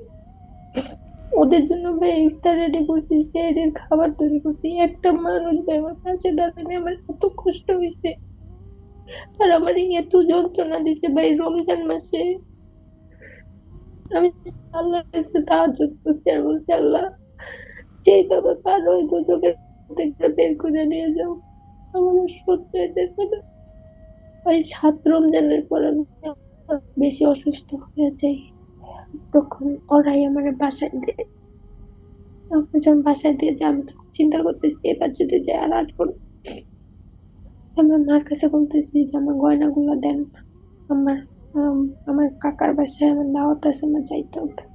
ওর মা আমার গয়নাগুলো দিছে ভাই, আমার বাসায় দিয়েছে। ও ভাই আসরের সময় এসে আমার দিয়ে গেছে, আমার মা আমার দেখে বলতে এই অবস্থায় রোজা রাখার কি দরকার। আমি ভাই মাগরিবের 10 মিনিট আগে রোজা ভাঙছি, আমার এত কষ্ট হয়েছে। আমি মানে বলতেছিলাম সারাদিন রোজা রাখছি, আমার আর কোলে কুলাইতেছে না। ও ভাইয়া চলে যায় জানেন, ও যাওয়ার সময় থানায় আমার নামে জিডি করে রেখে গেছে, আমি নাকি অন্য ছেলের সাথে পালাই গেছি। যাওয়ার সময় জিডি করে গেল।